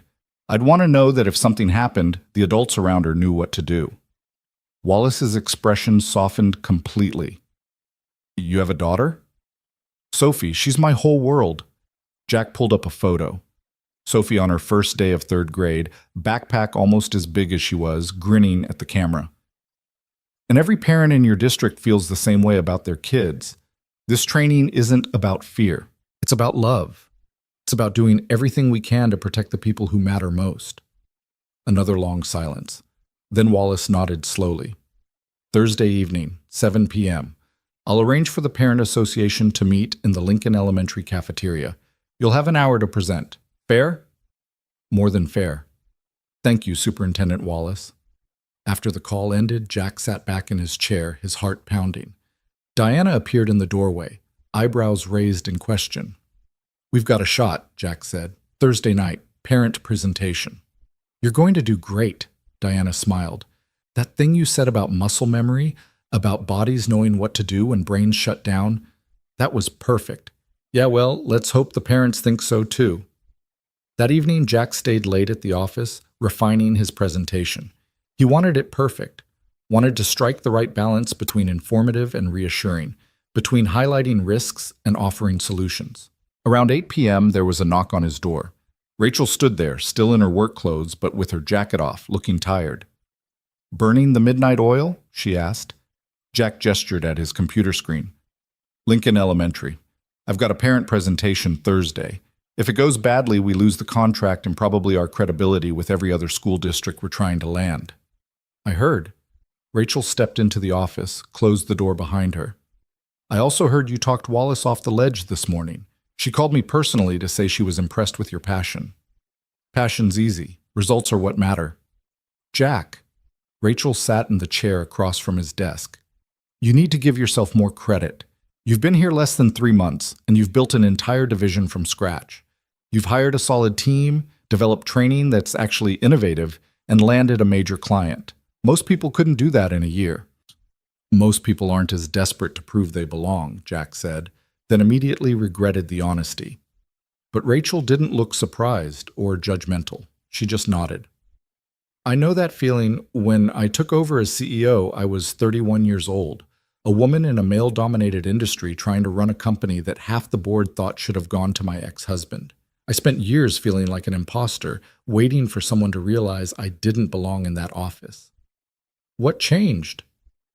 I stopped waiting for permission to believe in myself. I looked at the results, the company growing, the employees we'd hired, the products we'd developed, and I let the evidence speak for itself." Rachel leaned forward. "You're doing the same thing, Jack. You're building something real, something that matters. Stop waiting for permission to be proud of that." Jack wanted to argue, wanted to point out all the ways he was still learning, still fumbling, still unsure. But Rachel's expression was so earnest, so certain, that he just nodded. "I'll try." "Good." Rachel stood. "Now go home. It's late, and Sophie's probably wondering where you are." She was right. Jack packed up his laptop and headed out. The drive home through Indianapolis's evening traffic gave him time to think about Rachel's words. Maybe she was right. Maybe he needed to stop viewing himself through the lens of everything he wasn't. Not a college graduate, not a corporate executive, not someone who belonged in a glass tower, and start seeing himself through the lens of what he was. A father, a firefighter, someone who showed up when it mattered. When he got home, he found Sophie at the kitchen table, surrounded by homework. She looked up when he walked in, her face brightening. "Dad, you're home!" "Sorry I'm late, baby. Work ran over." Jack dropped his keys on the counter, loosened his tie. "How was your day?" "Good. We started reading Charlotte's Web in class, and Mrs. Patterson says I'm doing really well with my reading comprehension." Sophie gathered her papers. "And Emma and Ellie sent me a video message. Look!" She held up her tablet. Jack had bought it for her birthday last year, an extravagance he couldn't quite afford but couldn't quite resist, and played a video. The twins appeared on screen, identical grins, talking over each other about a game they wanted Sophie to play with them this weekend. "Rachel invited us over again," Sophie said. "Can we go? Please?" Jack thought about his Thursday presentation, about the work that would pile up, about all the reasons he should say no. Then he thought about Sarah's words, filtered through Sophie. "The most important thing is that we're happy." "Yeah," he said. "Yeah, we can go." Sophie squealed and hugged him, and Jack held her tight, feeling the weight of the day finally lift. Thursday evening arrived too quickly. Jack drove to Lincoln Elementary with Diana beside him, both of them reviewing the presentation one last time. The school was a single-story brick building on the edge of town, surrounded by cornfields and a playground that had seen better days. Cars filled the parking lot. Apparently word had spread about the meeting, and parents were showing up in force. "Big crowd," Diana observed. "That's good, right?" "That's terrifying," Jack corrected, but he smiled to show he was joking, mostly joking.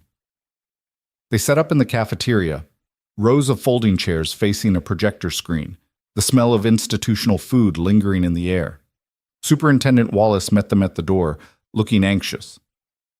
"We've got about 90 parents coming," she said. "The school board is here too in the back row, And fair warning, Mr. Turner, there are some vocal critics in the crowd, parents who think this is government overreach or unnecessary fear-mongering. Noted. Jack straightened his tie, feeling the weight of expectation settle on his shoulders. We'll handle it. The cafeteria filled quickly. Jack recognized the type. Working families, farmers, small business owners, people who loved their kids fiercely and didn't trust outsiders telling them what to do. This would be a tough crowd. Superintendent Wallace called the meeting to order, gave a brief introduction, and then turned it over to Jack. He stepped to the front of the room, feeling 90 pairs of eyes on him, and took a breath. My name is Jack Turner, he began.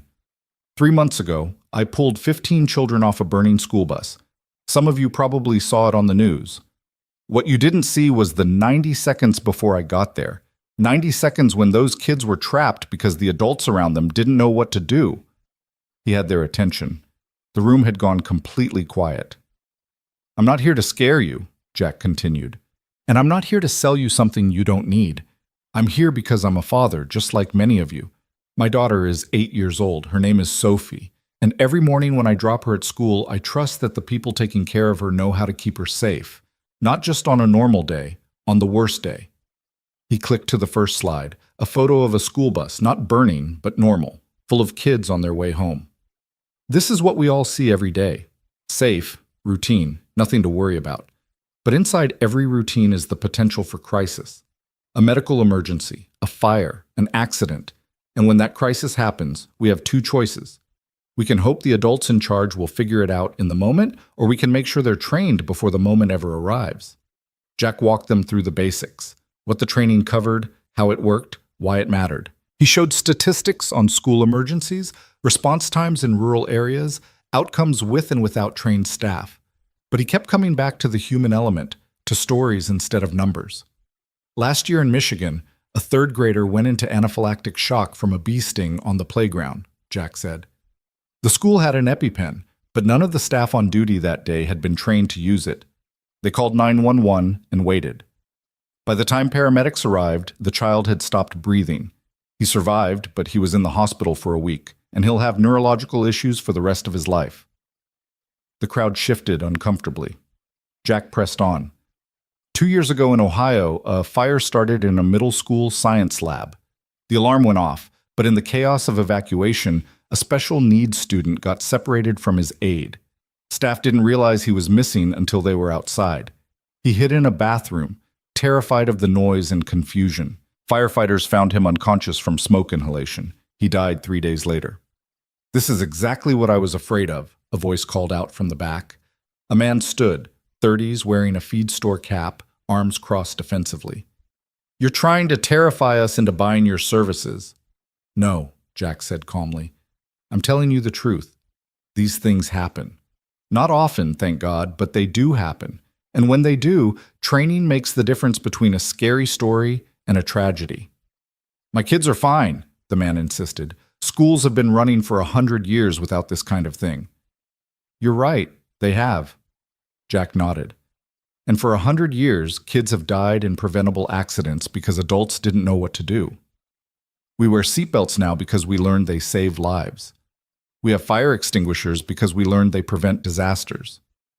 This is the same thing, learning from past tragedies to prevent future ones. Another parent stood, a woman this time, younger, holding a toddler on her hip. My daughter is in kindergarten here. She's already anxious about being away from me. If you start drilling them on emergencies, won't that make it worse? That's a fair concern, Jack said, and that's why we don't drill the kids. We train the staff.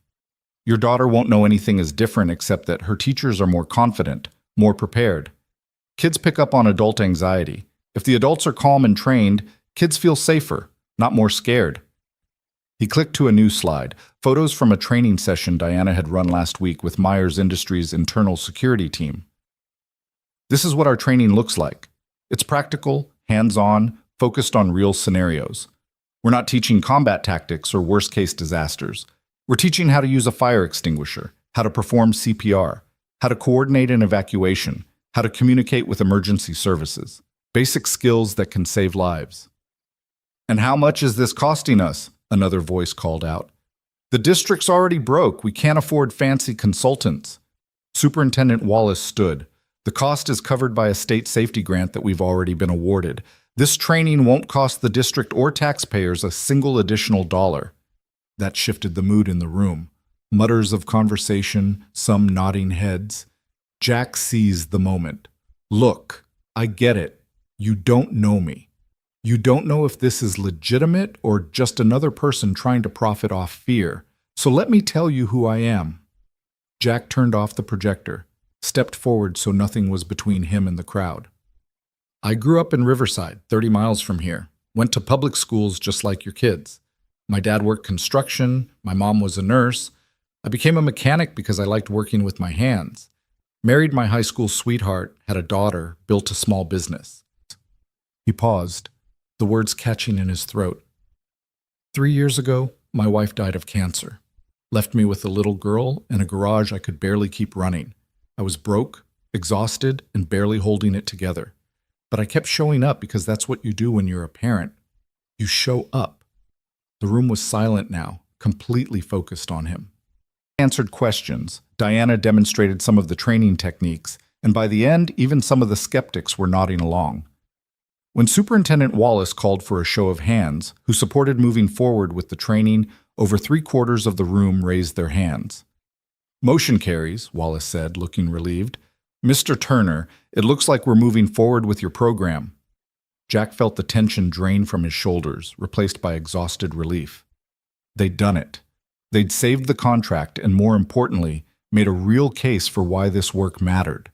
After the meeting, parents came up to shake Jack's hand, to thank him, to share their own stories of emergencies and close calls. The man in the feed store cap, Tom, his name turned out to be, approached last, looking embarrassed. I was rough on you earlier, Tom said, but I heard what you said about your wife, and I just wanted to say, I'm sorry. Lost my brother in a farm accident a few years back. Probably wouldn't have happened if someone had known proper safety protocols.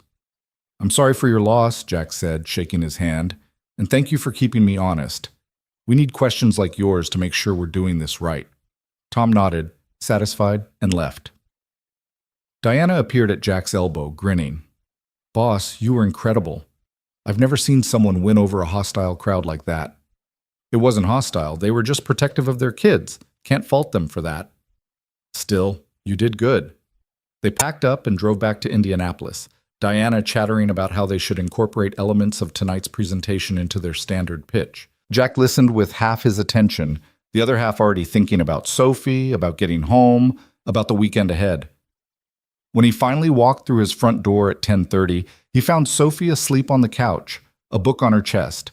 Mrs. Chen sat in the armchair, knitting. She insisted on waiting up for you, Mrs. Chen said softly. Made it to 9 before she crashed. Thank you for staying with her. Jack pulled out his wallet, but Mrs. Chen waved him off. Put that away. After what you did, pulling those children from the bus, you think I'd charge you for watching your daughter? She gathered her knitting. That sweet girl is welcome here anytime.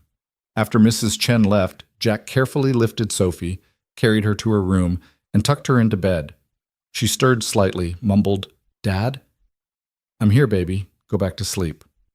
Did it go okay? The meeting? It went great. We're moving forward with the training. Sophie smiled without opening her eyes. Mom would be proud. Jack's throat tightened. Yeah, she would be. He kissed her forehead, turned off the light, and headed to his own room. But instead of going straight to bed, he sat on the edge and pulled out his phone, found Rachel's number and sent a text. Lincoln Elementary is a go. Thanks for believing I could do this. Her response came within seconds. Never doubted it for a moment. Congratulations, Jack. You're changing lives. Jack set his phone aside, feeling something settle in his chest. A sense of rightness, of being exactly where he was supposed to be, doing exactly what he was meant to do. It had been a long time since he'd felt that way.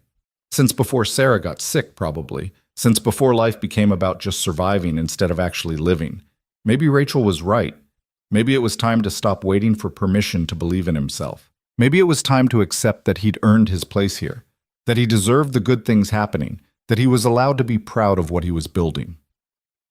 The weekend brought another dinner at Rachel's house, this time with Jack bringing steaks to grill and Rachel providing everything else. The girls played in the pool while Jack manned the grill and Rachel brought out salad and sides. It felt domestic, comfortable, like something they'd been doing for years instead of weeks. Sophie's been asking if we can get a pool, Jack said, flipping a steak. I told her maybe someday when we have a yard bigger than a postage stamp. You're still in the rental? Rachel handed him a beer. Jack, with your salary, you could buy a house, a nice one. I know, I'm just... Jack paused, trying to find the words.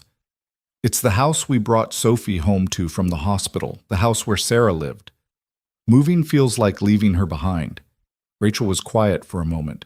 Can I tell you something? When my sister died, I kept her apartment for 2 years. Paid rent on a place I never visited, just couldn't let it go. It had all her things, all these pieces of who she was, and I thought if I got rid of it, I'd be erasing her. What changed? Emma asked me why her mom didn't have any pictures in our house, and I realized I'd been so busy preserving a shrine no one visited that I'd forgotten to keep her memory alive where it mattered, with her daughters. Rachel met his eyes. Moving doesn't mean forgetting, Jack. It means making room for new memories while honoring the old ones. Jack absorbed this, turning it over in his mind. Is it that obvious I'm stuck? You're not stuck. You're healing. There's a difference. Rachel smiled gently. But maybe it's time for the next step in that healing. Before Jack could respond, Sophie's voice rang out. Dad, come swim with us. I didn't bring... Jack started. Pool house has spare suits in every size, Rachel interrupted. Go, have fun. The steaks can wait. So Jack found himself in borrowed swim trunks, jumping into the pool with 4 shrieking girls, playing Marco Polo and having chicken fights and forgetting, for a little while, about everything except the simple joy of being present. Sophie rode on his shoulders, laughing harder than he'd heard her laugh in months, and when he caught Rachel's eye across the pool, she was smiling at him with an expression he couldn't quite read, but that made something warm bloom in his chest. Later, after dinner, after the girls had exhausted themselves and were watching a movie inside, Jack and Rachel sat by the pool as the sun set. The evening had turned cool enough that Rachel had draped a blanket over her shoulders. Thank you for this, Jack said, for including us. It means a lot to Sophie. To me, too. You don't have to thank me. I like having you here. Rachel hesitated, then added, I like having friends who understand what it's like to be a single parent, to build something from nothing, to keep going when you want to quit. Is that what we are? Friends? I hope so. Rachel looked at him directly. Unless you only see me as your boss, in which case we should probably establish some boundaries. Jack considered this. Their relationship had evolved beyond simple employer-employee weeks ago. They had coffee together most mornings, talked about things that had nothing to do with work, shared pieces of their lives that went deeper than professional courtesy. And moments like this, sitting by the pool, talking in the gathering dark, felt like something more than business networking. No, he said, you're not just my boss. You're a friend, a good one. Rachel's smile was genuine, reaching her eyes. Good, because I could use more of those. They sat in comfortable silence, watching the last light fade from the sky. Jack thought about what Rachel had said earlier about moving, about making room for new memories. Maybe she was right. Maybe it was time to stop clinging to a house that held as much pain as it did love. Maybe it was time to build something new. I think I'm going to start looking at houses, he said suddenly. Nothing huge, but something with a yard. Maybe room for that dog Sophie keeps asking about. Rachel turned to him, eyebrows raised. Yeah? Yeah, you're right. Moving doesn't mean forgetting, and Sophie deserves a fresh start. Hell, maybe I do too. I know a good realtor. I'll send you her information. Of course you do, Jack said, but he was smiling. The following weeks blurred together in the best way possible. Jack's division continued to grow. They landed 2 more school districts and started preliminary talks with a hospital network about staff training. Diana hired 2 additional trainers, both former first responders with teaching experience. The office that had felt too big 3 months ago now felt almost cramped with activity and purpose. Jack started house hunting, and to his surprise, Sophie embraced it enthusiastically. They looked at places every weekend, Sophie taking notes in a little notebook about which ones had the best yards, which ones had big enough kitchens, which ones felt like home. Rachel's realtor was patient with them, never pushy, understanding that this was about more than square footage and school districts. They found it on a Saturday in early November, a 3-bedroom craftsman on the edge of town, with a fenced yard and an oak tree perfect for a tire swing. It needed work. The kitchen was outdated, the bathroom needed updating, but the bones were solid and the price was right. Sophie walked through it once, climbed the stairs to what would be her room, looked out the window at the yard and turned to Jack with shining eyes. "This one, Dad. This is the one." Jack felt it too. Something about the house just felt right, like it was waiting for them, like it could be home. He made an offer that afternoon. It was accepted 2 days later. "We're really doing this," Jack said to Sophie that night as they celebrated with pizza. "We're moving." Sophie was quiet for a moment, then asked, "Can we bring Mom's things? Her photos, and the quilt she made, and her books?" "Of course, baby. We're bringing all of it. Mom's a part of our family, and she'll be part of our new home, too." Sophie nodded, satisfied. Then she grinned. "And can we get a dog now?" Jack laughed, the sound surprising him with its ease. "Yeah, Soph, we can get a dog." The closing took 3 weeks. During that time, Jack found himself at Myers Industries late one evening, going over contracts for the hospital training program. Rachel appeared in his doorway around 8, 2 cups of coffee in hand. "Thought you might need this," she said, handing him one. "You're a mind reader." Jack accepted the coffee gratefully. "What are you still doing here?" "Same as you. Too much work, too little time." Rachel settled into the chair across from his desk. "What about the house? Congratulations." "Thanks. We close next Friday. Sophie's already planning where every piece of furniture is going." "That's wonderful, Jack, really." Rachel paused, seemed to be considering something. "Can I ask you something personal?" "Sure." "Are you happy?" "I know that's a loaded question, but I mean, here, with the job, with everything, are you happy?" Jack thought about it honestly. 3 months ago, he'd been barely surviving, held together by duct tape and stubbornness. Now he had a job he was good at, work that mattered, financial security for the first time in years, and a future that held possibility instead of just obligation. "Yeah," he said, surprised by how true it felt. "Yeah, I think I am. Or getting there, anyway." Rachel's smile was warm, almost proud. "Good. You deserve it. So do you. Are you? Happy?"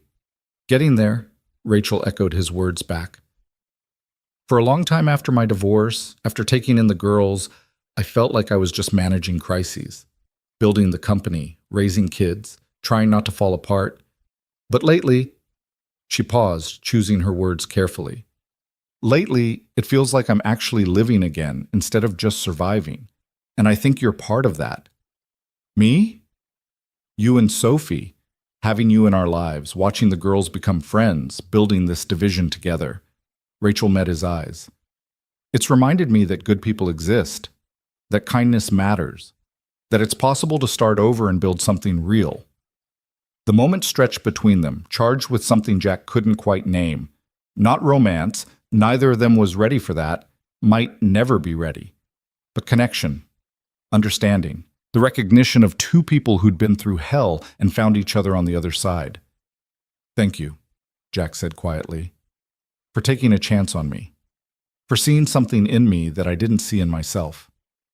Thank you for proving me right." Rachel stood, and the moment passed into something easier, lighter. "Now go home. It's late, and Sophie's probably wondering where you are." Jack packed up, said goodnight, and headed home through the dark city streets. And as he drove, he thought about the past 3 months, about how much had changed, about the life he was building piece by piece from the rubble of what he'd lost. Sarah would be proud, he thought, of the job, of the house, of the way he was raising Sophie, of the fact that he hadn't given up, hadn't let grief consume him, had found a way to keep moving forward. And maybe, just maybe, he was starting to be proud of himself too. The moving day arrived cold and gray, the kind of November morning that threatened snow but couldn't quite commit. Jack stood in the empty living room of the rental house, the walls showing pale rectangles where pictures had hung, the floors echoing with each footstep. 3 years of his life packed into boxes, loaded into a truck that Hector had volunteered to drive. Sophie wandered through the rooms one last time, her footsteps soft, her expression thoughtful. Jack watched her from the doorway, knowing she was saying her own private goodbyes. This was the only home she really remembered, the house where her mother had read her bedtime stories, where they'd celebrated birthdays and Christmases, where Sarah had taken her last breath in the bedroom upstairs. "You okay, baby?" Jack asked.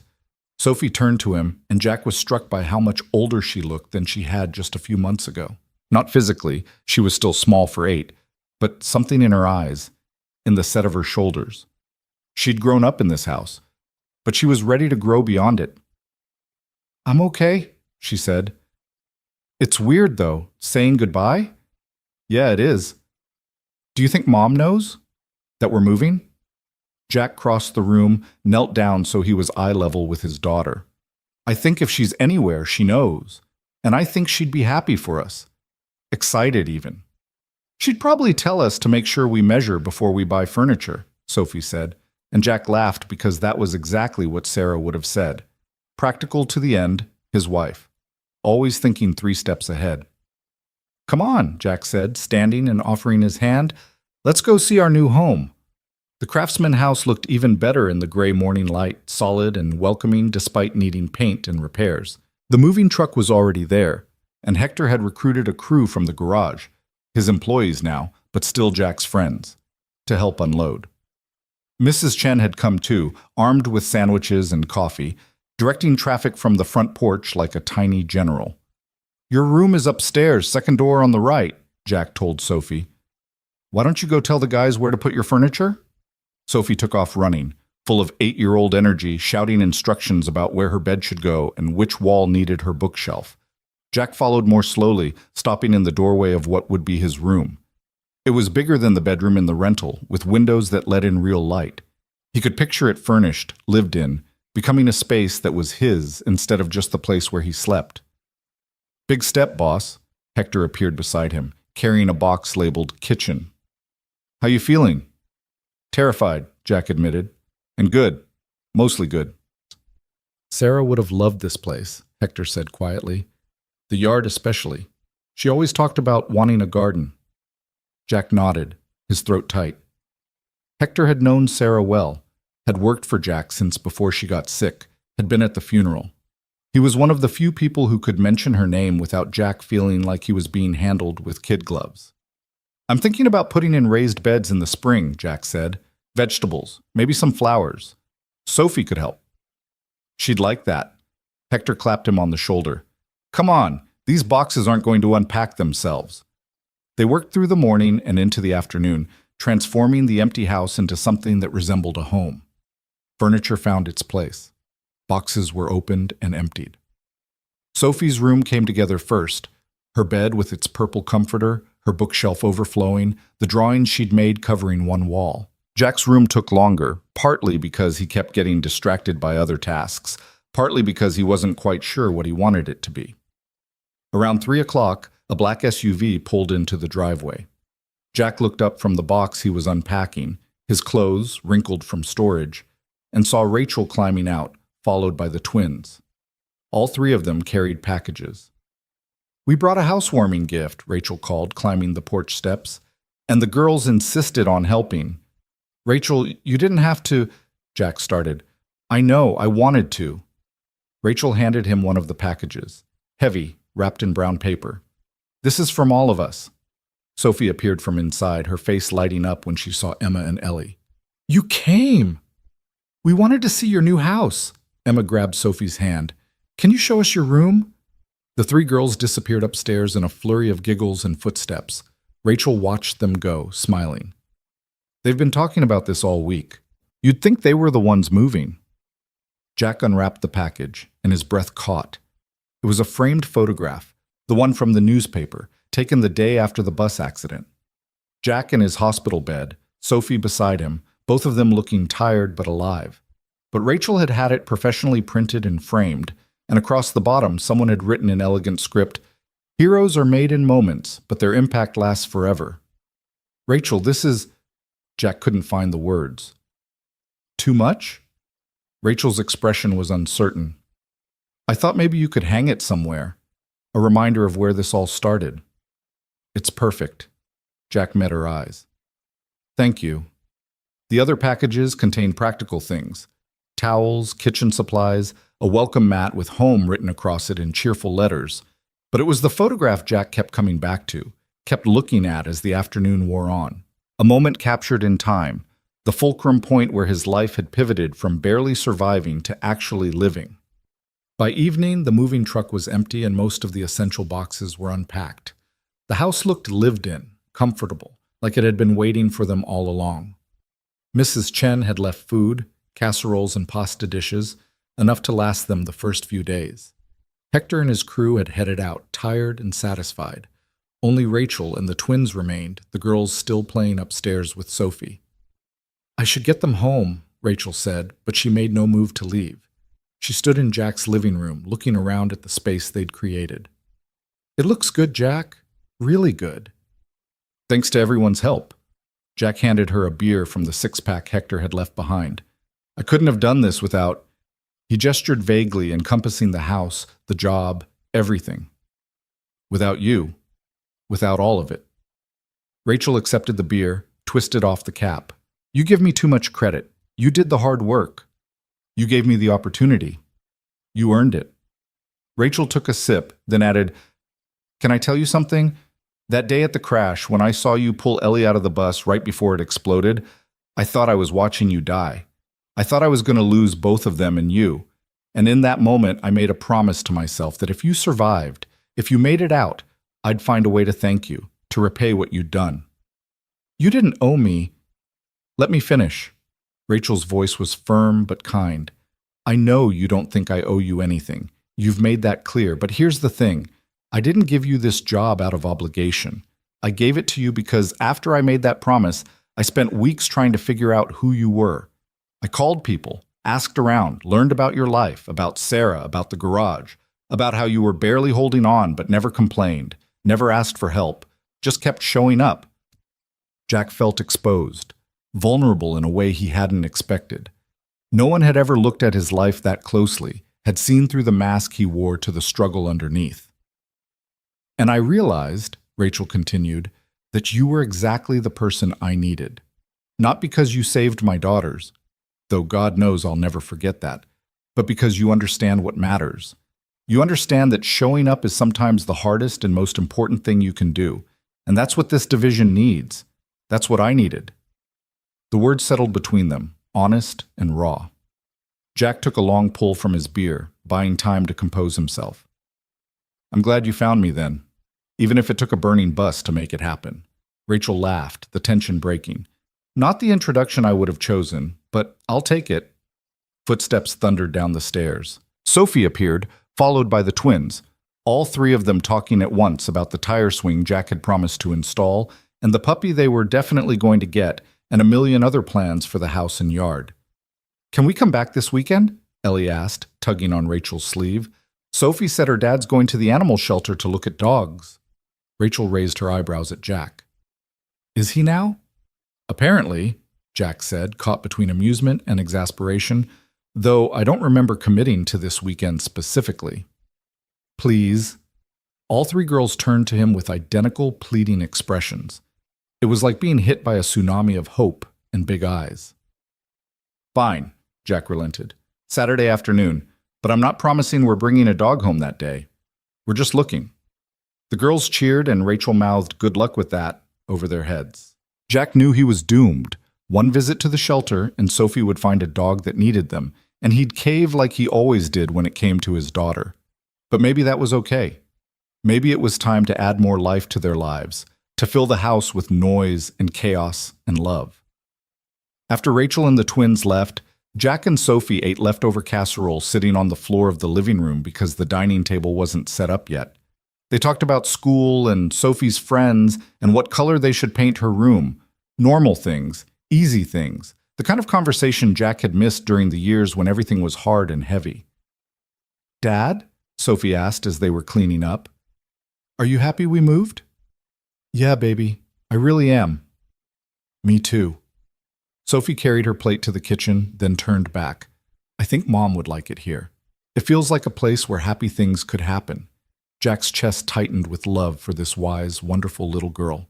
"I think you're right." That night, Jack lay in bed in his new room, listening to the unfamiliar sounds of the house settling around him. Different creaks and groans than the rental, different patterns of light through the windows. It should have felt strange, but instead it felt like possibility, like a blank page waiting to be written on. His phone buzzed, a text from Rachel.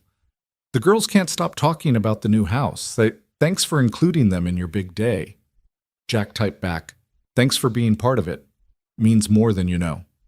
He set the phone aside and closed his eyes, and for the first time in 3 years, he fell asleep quickly, deeply, without the weight of worry pressing down on his chest.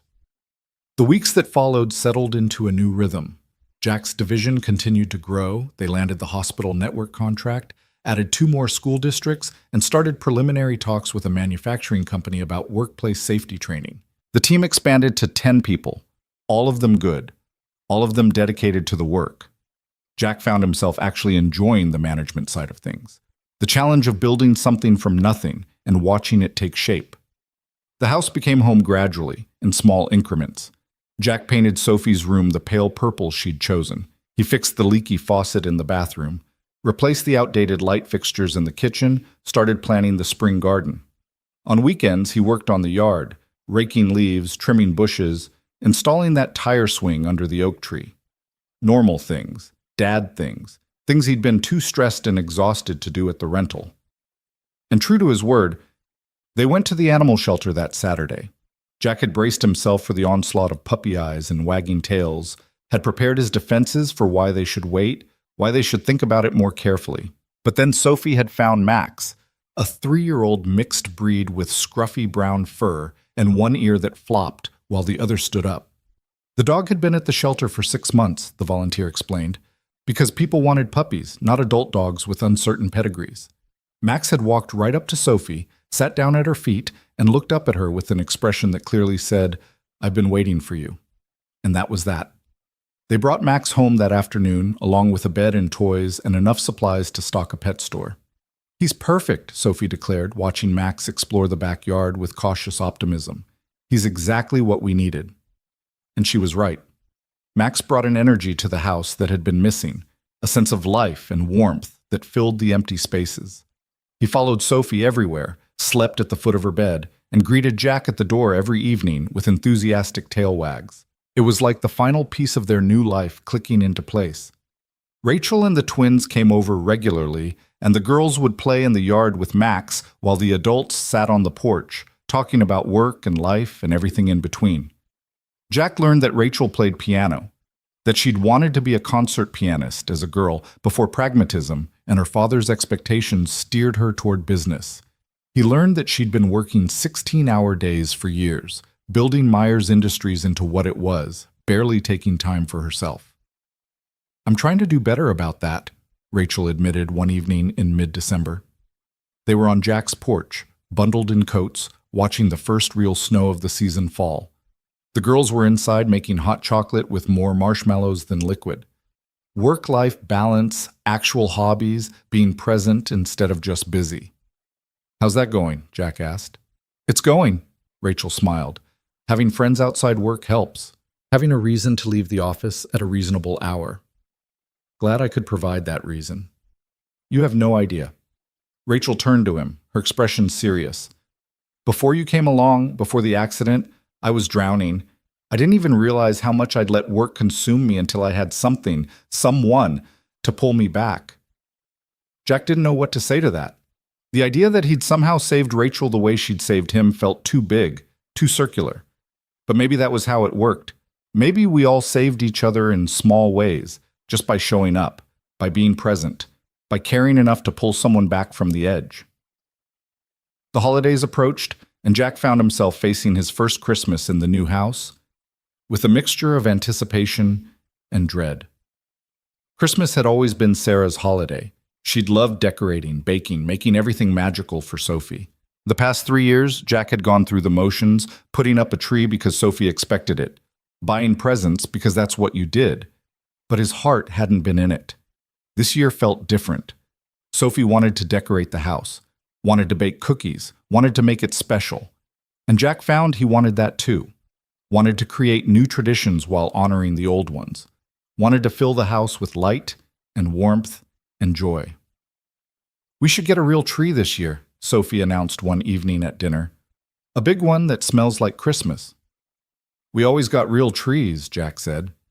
"I know, but the last couple years they were small, and you always looked sad when we decorated them." Sophie's voice was matter-of-fact, no accusation in it, just observation. "This year I want a tree that makes you happy." Jack reached across the table and squeezed her hand. "Any tree we pick together will make me happy." They went tree shopping the following Saturday, and somehow Rachel and the twins ended up coming along. What should have been a simple errand turned into an adventure, the girls running between trees, declaring each one perfect until they found the next one. Rachel and Jack followed behind, laughing at their enthusiasm, offering opinions that were universally ignored. Finally, they settled on a 7-foot Douglas fir that was full and green and smelled exactly like Christmas should smell. Jack tied it to the roof of his truck while the girls bounced with excitement and Rachel took photos on her phone. "Send me those," Jack said as they were loading back into their vehicles. "Already did." Rachel's smile was warm. "This was fun. We should do it again." "Tree shopping is generally a once-a-year activity," Jack pointed out. "You know what I mean." Rachel's eyes held his for a moment longer than necessary. "Spending time together. All of us. It's nice." It was nice. That was the thing Jack kept coming back to as he drove home with Sophie singing Christmas carols in the back seat and a tree strapped to his roof. This was nice. His life was nice. Not perfect, not without challenges, but fundamentally, genuinely good, in a way it hadn't been in years. They decorated the tree that evening, and Jack pulled out the ornaments he'd carefully packed away. The ones Sarah had collected, the ones Sophie had made in preschool, the ones that told the story of their family. He hung each one carefully, and Sophie helped, and they told stories about Christmas's past and plans for Christmas's future. "This one was Mom's favorite," Sophie said, holding up a delicate glass angel. She said it reminded her of her grandmother. "Your great-grandma Rose," Jack confirmed. "She gave that to your mom on their last Christmas together." Sophie hung it on a prominent branch, stepping back to admire it. "I wish I'd known her. Great-grandma Rose. She was a lot like your mom, kind, strong, always putting others first." Jack wrapped an arm around Sophie's shoulders. "She would have loved you so much." They finished decorating, plugged in the lights, and stood back to admire their work. The tree glowed in the darkened living room, casting warm light across the walls, making the house feel magical and lived in and loved. "It's perfect," Sophie whispered. "Yeah," Jack agreed, "it really is." Work at Myers Industries ramped up as the year drew to a close. Jack's division had exceeded all projections. They'd trained over 500 people, signed contracts worth millions, and established themselves as legitimate players in the emergency preparedness field. Rachel called a meeting in mid-December to discuss the year-end numbers and plan for the next year. "What you've built here is remarkable," Rachel told Jack and his team, standing at the head of the conference room, her expression proud. "In less than 6 months, you've created a division that's not only profitable but genuinely making a difference. School districts are reporting better response times, more confident staff, and parents who feel their kids are safer. That's impact. That's what we're here for." After the meeting, Rachel asked Jack to stay behind. He waited as the others filed out, curious and slightly nervous. Had he done something wrong? Missed something? "Relax," Rachel said, reading his expression. "This is good news. Sit." Jack sat. Rachel pulled out a folder, slid it across the table to him. "This is your year-end bonus," she said, "and a proposal." Jack opened the folder and his eyes widened. The bonus was substantial, more money than he'd made in his best year at the garage. But it was the proposal that really caught his attention. Rachel was suggesting they expand the division, double the staff, take on bigger clients. And she wanted Jack to transition from division head to vice president of emergency services. "VP?" Jack looked up at her, stunned. "Rachel, I've been here 6 months, and you've proven yourself 100 times over. You're a natural leader, Jack. Your team respects you, clients trust you, and you understand both the technical and human sides of this work better than anyone I've ever met." Rachel leaned forward, I'm not offering this out of sentiment. I'm offering it because it's the right business decision. Jack read through the proposal, his mind spinning. More responsibility, yes, but also more resources, more impact, more opportunity to build something that really mattered. A salary that would let him not just provide for Sophie, but give her opportunities he'd never dreamed of. Stock options that could mean real financial security for their future. Can I think about it? He asked. Of course, take the holidays. We'll talk in January. Rachel smiled. But Jack? Say yes. You've earned this. That evening, Jack sat Sophie down and explained the opportunity. She listened carefully, asked smart questions about what it would mean for their time together, whether he'd be traveling more, if it would change things at home. It might mean I'm busier sometimes, Jack admitted. More responsibility usually means more work, but it also means I can give you things I couldn't before. Better schools if you want them, camps and activities, college, without worrying about loans. Sophie was quiet for a long moment, absently petting Max, who had his head in her lap. Then she said, Mom always told me that the best things in life aren't stuff. They're people and time and love. Jack felt his throat tighten. She was right. But she also said it's okay to want things to be better, to work hard and build something. Sophie looked up at him. Are you going to be happy doing this? Or are you going to be stressed and worried all the time like you were at the garage? It was such a perceptive question, so much wiser than her years. Jack thought about it honestly. I think I'll be challenged, sometimes stressed probably, but happy? Yeah, I think I will be. Then you should do it. Sophie's voice was certain. We'll be okay, Dad.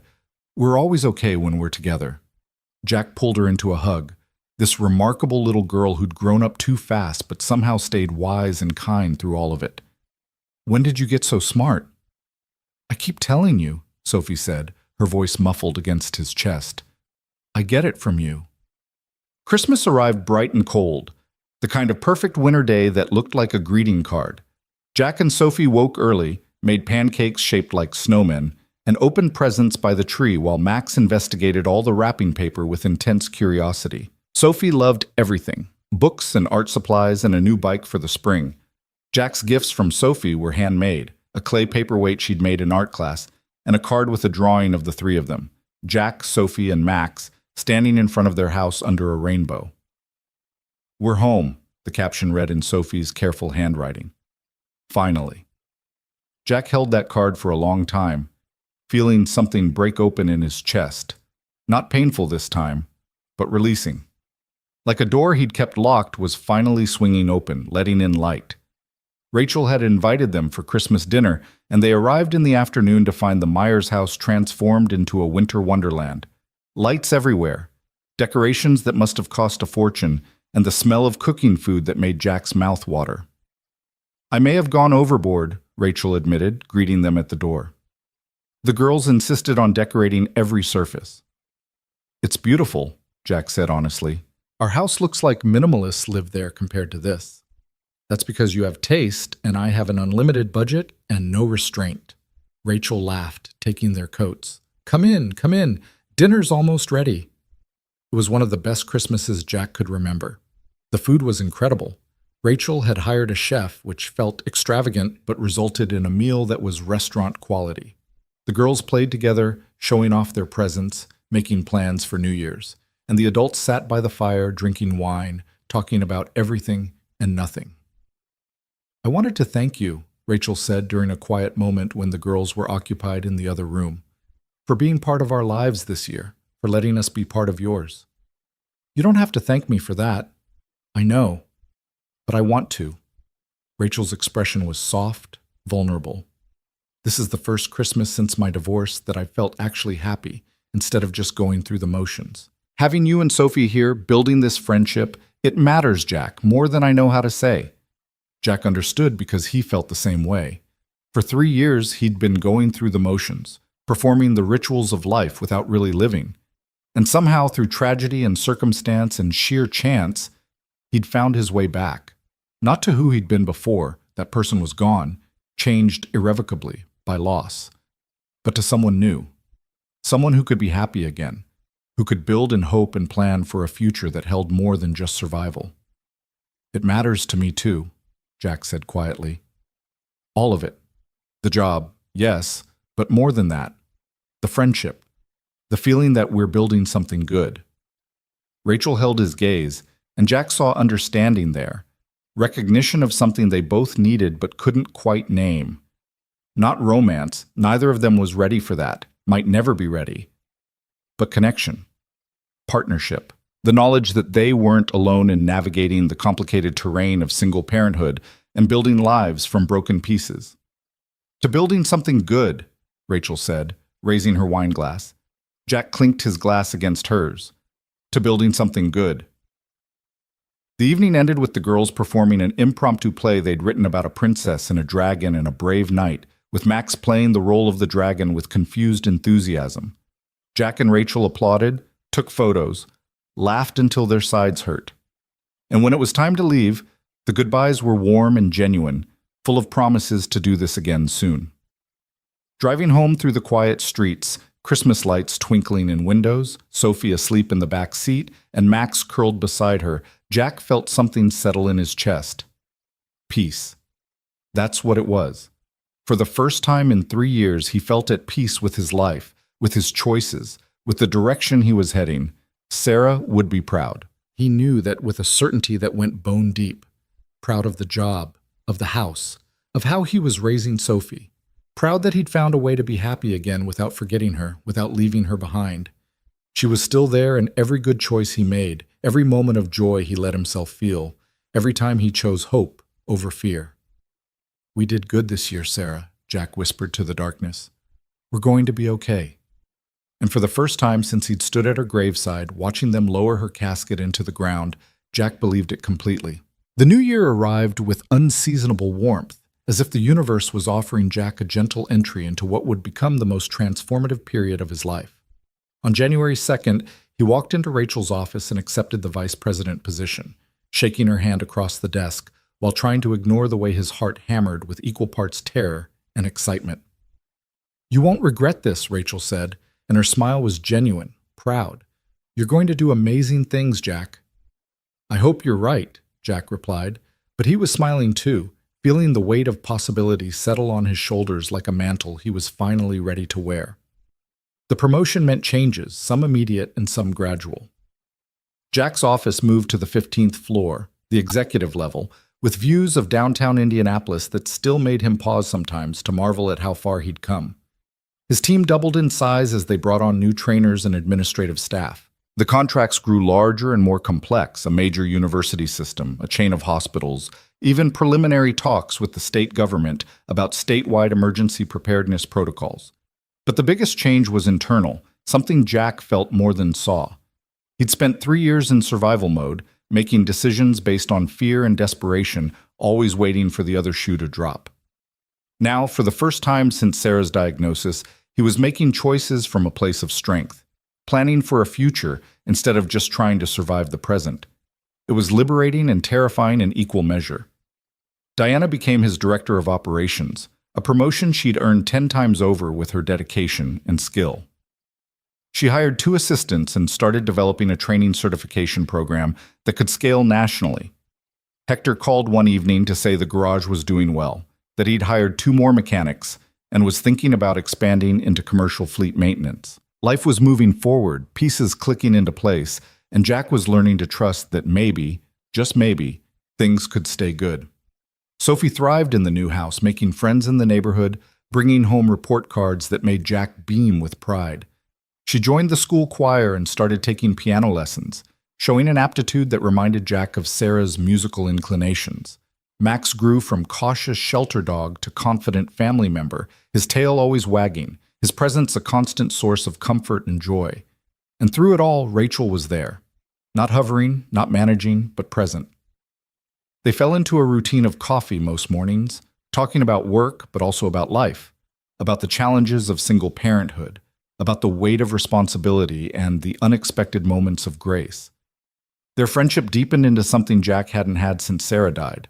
A true partnership, someone who understood him at a fundamental level. It was in late January when things shifted, subtle but unmistakable. Jack was working late on a proposal for the state contract, the office quiet around him, when Rachel appeared in his doorway with 2 cups of coffee and a tired smile. "Thought you could use this," she said, settling into the chair across from his desk with the ease of familiarity. "You're a lifesaver." Jack accepted the coffee gratefully. "This proposal is going to be the death of me. The state wants everything: comprehensive training, ongoing support, real-time response coordination, but their budget is barely enough to cover half of it. So get creative. That's what you're good at." Rachel sipped her own coffee, watching him with an expression Jack couldn't quite read. "You have a gift for making things work that shouldn't work on paper." "I learned that from 3 years of keeping a failing garage afloat," Jack said wryly. "You learned it from being you, from never giving up even when giving up would have been easier." Rachel paused, seemed to be weighing her words. "Can I tell you something? That day you came in for your first interview, I already knew I was going to offer you the job. The interview was just confirmation." Jack looked up, surprised. "You knew?" "I knew, because I'd spent 3 years remembering the mechanic who'd fixed my car in the middle of the night and refused payment. 3 years wondering what kind of person does that, what drives someone to help a stranger without expecting anything in return. And when you saved my daughters, when I realized you were the same man—" Rachel's voice caught slightly. "I knew I'd found someone rare. Someone who understands that the measure of a person isn't what they achieve, but who they help along the way." The words hung between them, heavy with meaning Jack wasn't sure he was ready to examine. He set down his coffee cup carefully, trying to find a response that wouldn't cheapen what Rachel had just shared. "I'm just trying to do right," he said finally. "By Sophie, by the people who count on me. That's all I've ever tried to do." "I know, that's what makes you who you are." Rachel stood, and the moment shifted back to something easier, lighter.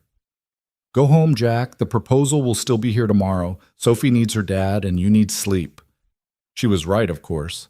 Jack packed up his laptop and headed home, but her words stayed with him during the drive, during the quiet evening with Sophie, during the hours he lay awake staring at the ceiling. Something was changing between him and Rachel, something he couldn't quite name but could feel building like pressure before a storm. It wasn't romance, or not just romance. It was recognition, understanding, the slow, careful building of something that could become whatever they needed it to be. February brought Sophie's 9th birthday, and Jack threw her a party at the house with a dozen screaming kids, pizza, and a cake shaped like Max that Sophie declared was the best cake in the history of cakes. Emma and Ellie were there, of course, and Rachel stayed to help manage the chaos, laughing as kids ran through the house playing some complicated game that seemed to involve a lot of shrieking and zero discernible rules.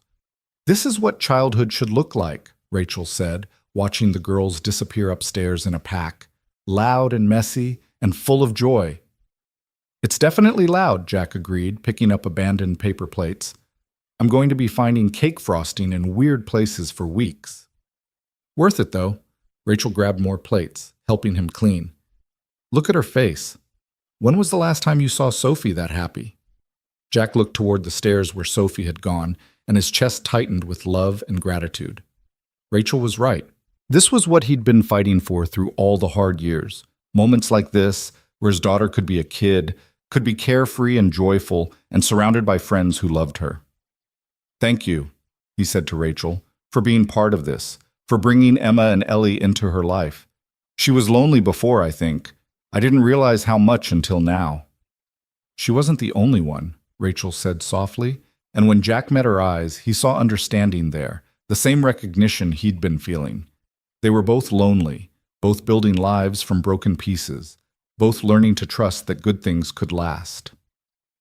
The moment was interrupted by a crash from upstairs, followed by Sophie's voice calling, "It's okay, nobody's hurt. Well, Max is confused, but he's fine." Jack and Rachel looked at each other and burst out laughing, the tension breaking into something warm and easy. They climbed the stairs together to assess the damage. Apparently someone had knocked over a lamp while demonstrating a cartwheel, and the rest of the party passed in controlled chaos that somehow never quite tipped into disaster. Later, after the guests had left and Sophie was crashed on the couch in a sugar coma, Rachel lingered in the doorway while Jack cleaned up the last of the party debris. "I should go," she said, but she didn't move. "Let you have your evening. You don't have to rush off. Jack straightened, wadding up a trash bag. Unless you have somewhere to be? The twins are at my sister-in-law's for the night. She's been wanting more time with them. Rachel leaned against the doorframe, her expression thoughtful. So no, nowhere to be. Stay for dinner then. I'm just going to order Chinese, nothing fancy, but there's plenty.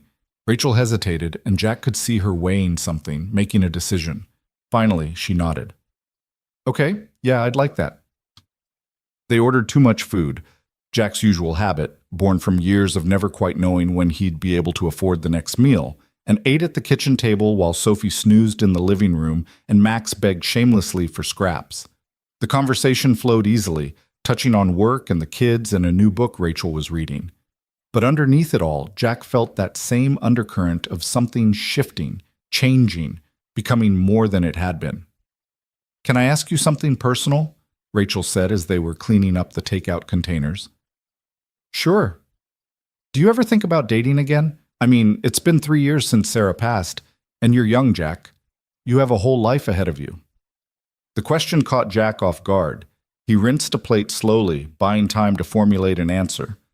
Sometimes, but honestly, between Sophie and work and just learning how to be okay again, I haven't had the energy to think about it seriously. Would you want to? Eventually, I mean. Jack turned to face her, studying her expression. She looked genuinely curious, not judgmental or pushing. I don't know. Maybe. If I met someone who understood my life, who got that Sophie comes first, who didn't expect me to be someone I'm not. He paused. What about you? Do you think about dating? Rachel laughed, but it was tinged with sadness. Sometimes, but my track record isn't great, and finding someone who isn't intimidated by a woman who runs a company and raises 2 kids alone, she shrugged. It's not easy. Most men either want to fix me or resent that I don't need fixing. You don't need fixing, Jack said firmly. You're doing an incredible job with the girls, with the company, with everything. So are you.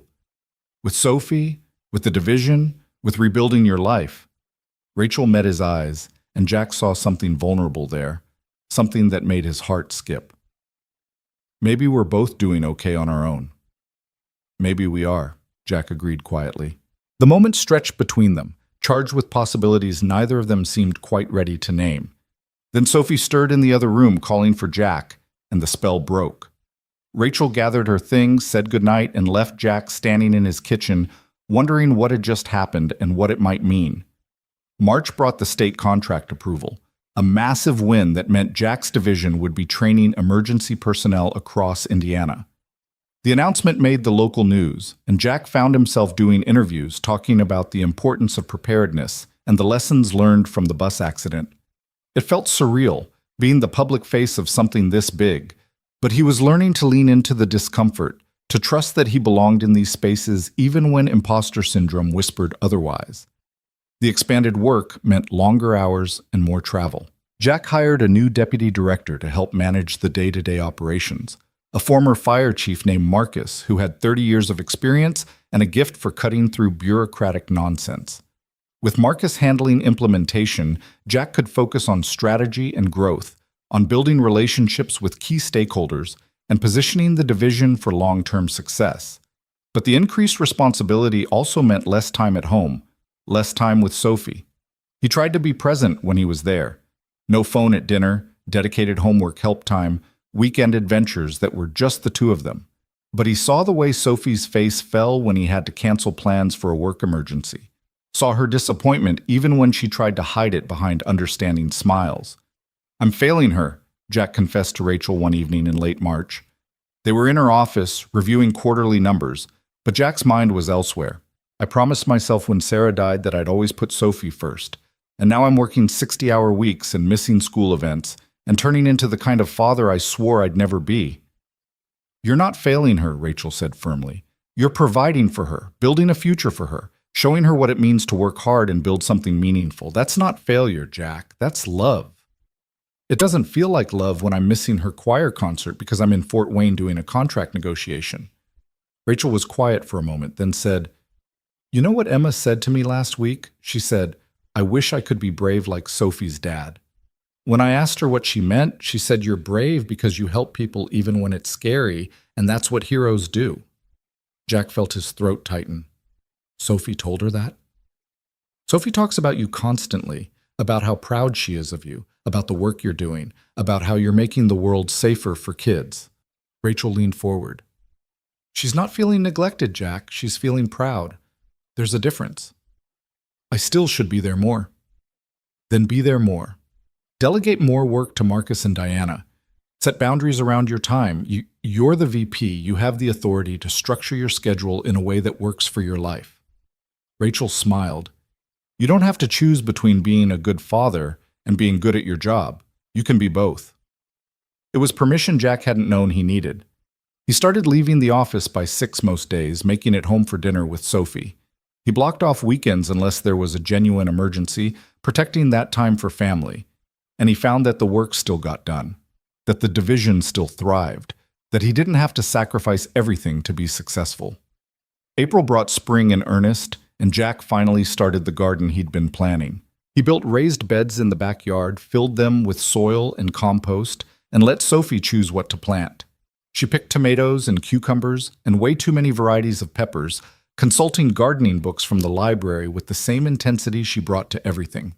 Rachel and the twins came over one Saturday to help plant, and the afternoon devolved into organized chaos. Dirt everywhere, Max trying to dig in the freshly turned soil, the girls planting seeds with more enthusiasm than precision. But by evening, they had a garden that looked like it might actually produce something, and the exhausted satisfaction on everyone's faces made the effort worthwhile. This is nice, Rachel said, washing dirt off her hands at the outdoor faucet. The girls were sprawled on the grass, exhausted, while Max lay between them like a furry guardian. I can't remember the last time I just played in the dirt and didn't worry about anything else. There's something therapeutic about it, Jack agreed, drying his hands on his jeans. Getting your hands dirty, building something from nothing. You're good at that. Building things from nothing. Rachel's voice was soft, thoughtful. You did it with the garage, with the division, with this life you're creating for Sophie. It's impressive, Jack. I'm just doing what needs to be done. No, you're doing more than that. You're creating something beautiful out of tragedy. That's rare. Rachel looked at him directly, and Jack saw something in her expression that made his breath catch. You're rare. Before Jack could respond, Sophie called out that she was starving, and the moment passed. They ordered pizza, again, always pizza with kids around, and ate on the back porch while the sun set and the first stars appeared. It felt like family, Jack thought, like the life he'd lost and thought he'd never have again, rebuilt in a different configuration, but no less real. May brought Sophie's end-of-year school recital, the one Jack had missed last year because of the bus accident. He made sure to block out the entire evening weeks in advance, arriving early to get a good seat, his phone silenced in his pocket. Sophie performed Clair de Lune on the piano, her small fingers moving across the keys with a grace that reminded Jack so much of Sarah that his eyes stung. When she finished, the applause was thunderous, but Jack's was loudest. He caught Sophie's eye across the auditorium, and her face lit up with pride and joy. That look was worth everything, every long hour, every sacrifice, every moment of doubt. This was why he'd fought so hard to build a life worth living. For moments like this, when his daughter knew beyond doubt that she was loved, that she was his priority, that she mattered more than anything else in the world. Rachel and the twins were there too, having come to support Sophie. After the recital, they all went out for ice cream, the girls chattering excitedly about the performance and their summer plans. Jack and Rachel followed behind, listening to their daughter's enthusiasm, sharing small smiles that spoke of shared understanding. She's really good, Rachel said. Sophie, I mean. That piece is difficult, and she played it beautifully. Sarah used to play that song, Jack said quietly. When she was pregnant with Sophie, she'd play it every night, said it would help the baby recognize her voice after she was born. Rachel's hand found his arm, a gentle pressure of support. She'd be so proud, Jack, of both of you. I hope so, Jack managed, and Rachel squeezed his arm before letting go, the touch brief but meaningful. Summer arrived with heat and long evenings, and Jack took a week off in June to take Sophie on a real vacation, their first in years. They drove to the Smoky Mountains, hiked easy trails, splashed in cold streams, and stayed in a cabin that was rustic but comfortable. It was just the two of them and Max, no work calls, no emails, just uninterrupted time to be together. This is the best week ever, Sophie declared one evening as they roasted marshmallows over a campfire. Better than Disney World, probably. You've never been to Disney World, Jack pointed out, amused. Exactly. So this is automatically the best. Sophie grinned at him, marshmallow goo on her chin.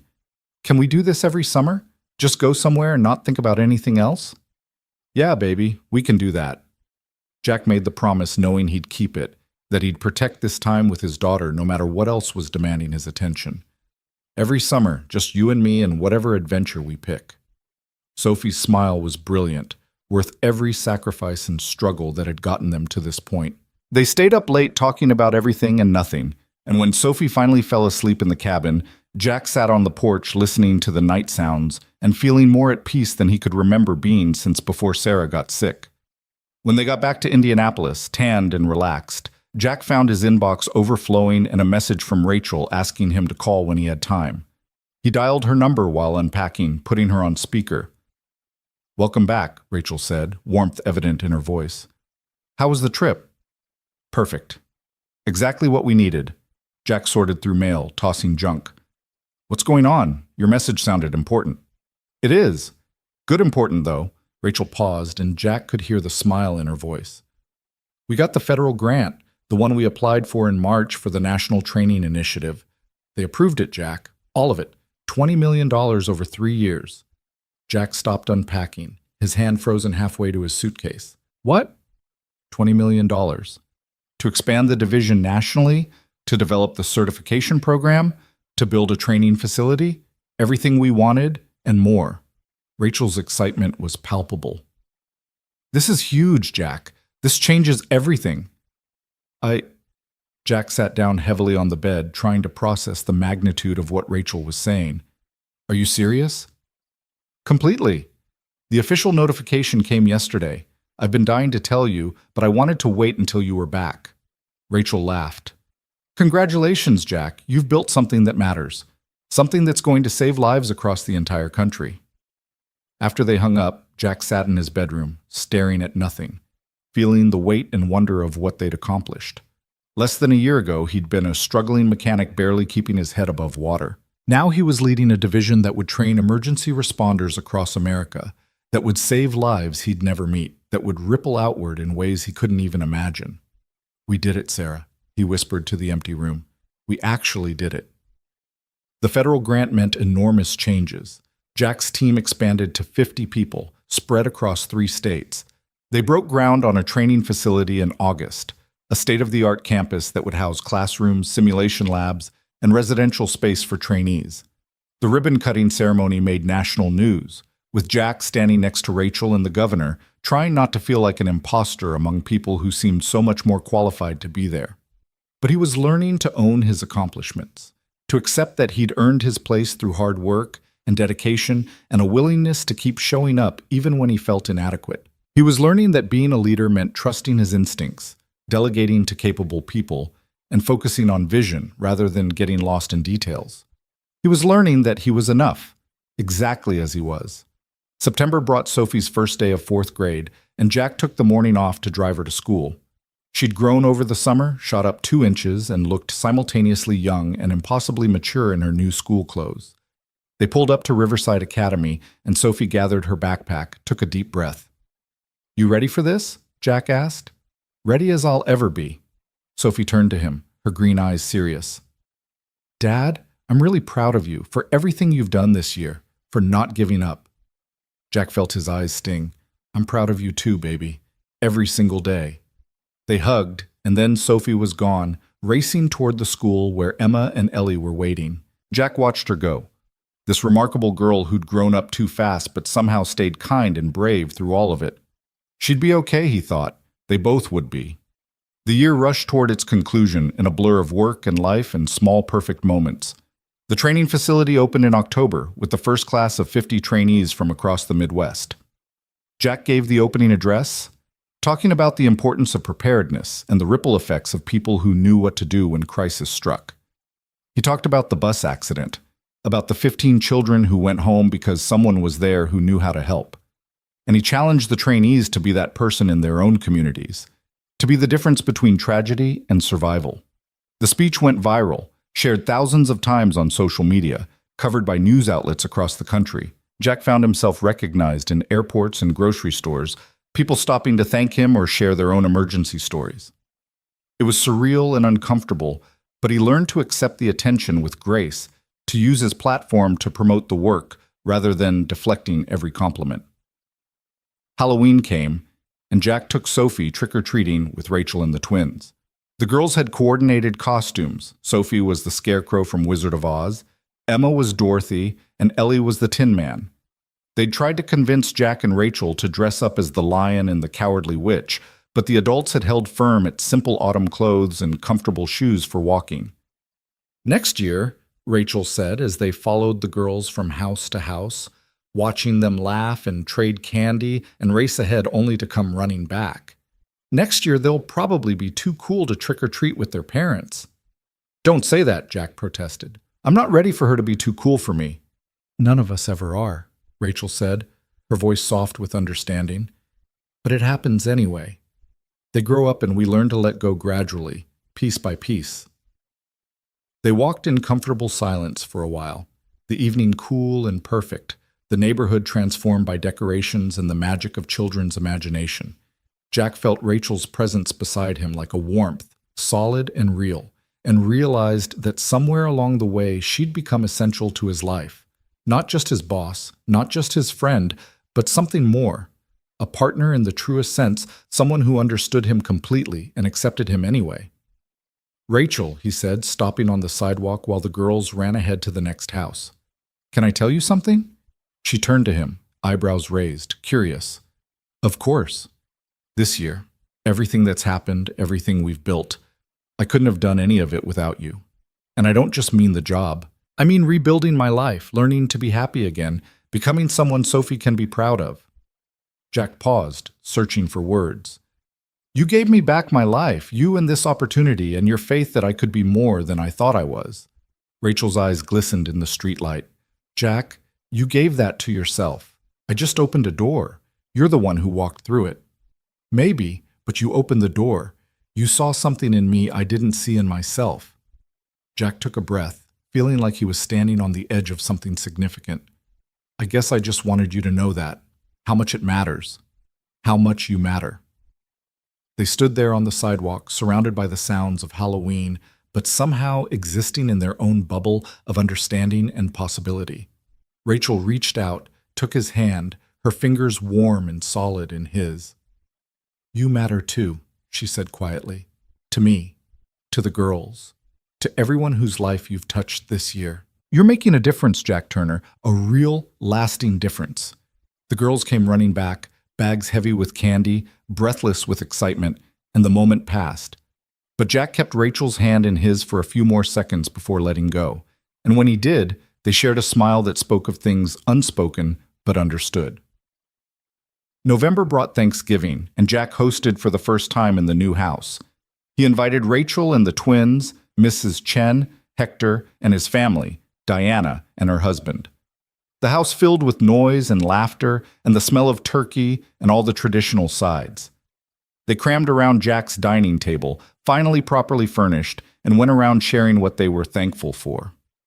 When it was Jack's turn, he looked around at the faces gathered there, his daughter, his friends, the people who'd become his chosen family, and felt his heart swell with gratitude so profound it almost hurt.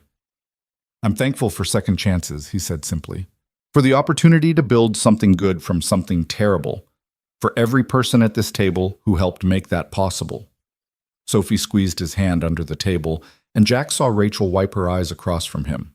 They finished the meal, did dishes together in the kitchen while the kids played in the yard, and it felt like the most natural thing in the world. Like this was exactly where Jack was supposed to be, surrounded by people who loved him, building a life worth celebrating. December arrived with the first serious snow, and Jack took Sophie to pick out their Christmas tree, their second in the new house, but somehow this one felt even more significant. They chose an 8-footer that barely fit in the living room, decorated it with Sophie's ever-growing collection of ornaments, and stood back to admire their work. "Better than last year?" Jack asked. "Different," Sophie said thoughtfully. "But still perfect."